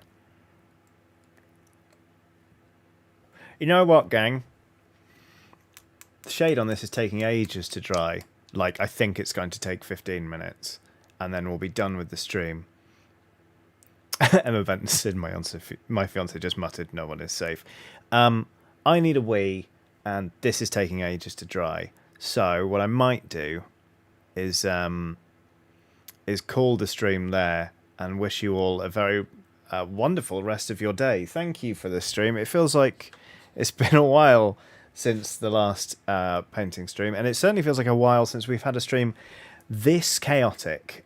Chat, you were an absolute menace throughout, and I wouldn't have it any other way. Thank you so much. What else is happening this week? Things. Thursday, back with a video game stream. Googly says, while that dries, Johnny, show me Santa. Here is Santa. Let me adjust the focus. Here is how Santa came out. With the coat and the pauldron and the scabbards and the boots and the gun and the things. So that's how that looks. And then I'll show you just again, just so everyone can have a good look. That's sort of the dwarf so far. So yeah, that's where we got to. But what else is coming up this week? Well, on Thursday, actually, there's fucking loads coming up. Thursday, I'm going to be streaming a video game. On Friday, there's going to be a stream as part of D&D Celebration. I'm going to be running D&D, a very special mashup between the Oxventurers Guild and High Rollers, so don't miss that. Saturday, if you are in London, I'm going to be at the Games Market in Walthamstow Town Square. On Saturday, there'll also be new episodes of Preston Chiodini. I'm working on the next episode of Cooking with Chiodini for patrons. There's just bloody loads of stuff coming up. In case you weren't aware of it, I also dumped an entire playthrough of Life is Strange: True Colors on the channel. It's all there in a handy dandy playlist. You can watch it for free right now if you would like. But most importantly, you know the drill by now. There's loads of other stuff on the channel for you to watch. Do like, subscribe, leave a comment, all that algorithmic stuff. You know. And I'll catch you soon, because it's been a bloody delight, and you're all fabulous. So I'm going to go make some dinner and then film a little something. And I'll catch you soon. But yeah, take care of yourselves, and bye, I guess. Bye. Oh, Neck of the Kitty says including side B. Yes, including side B. Bye!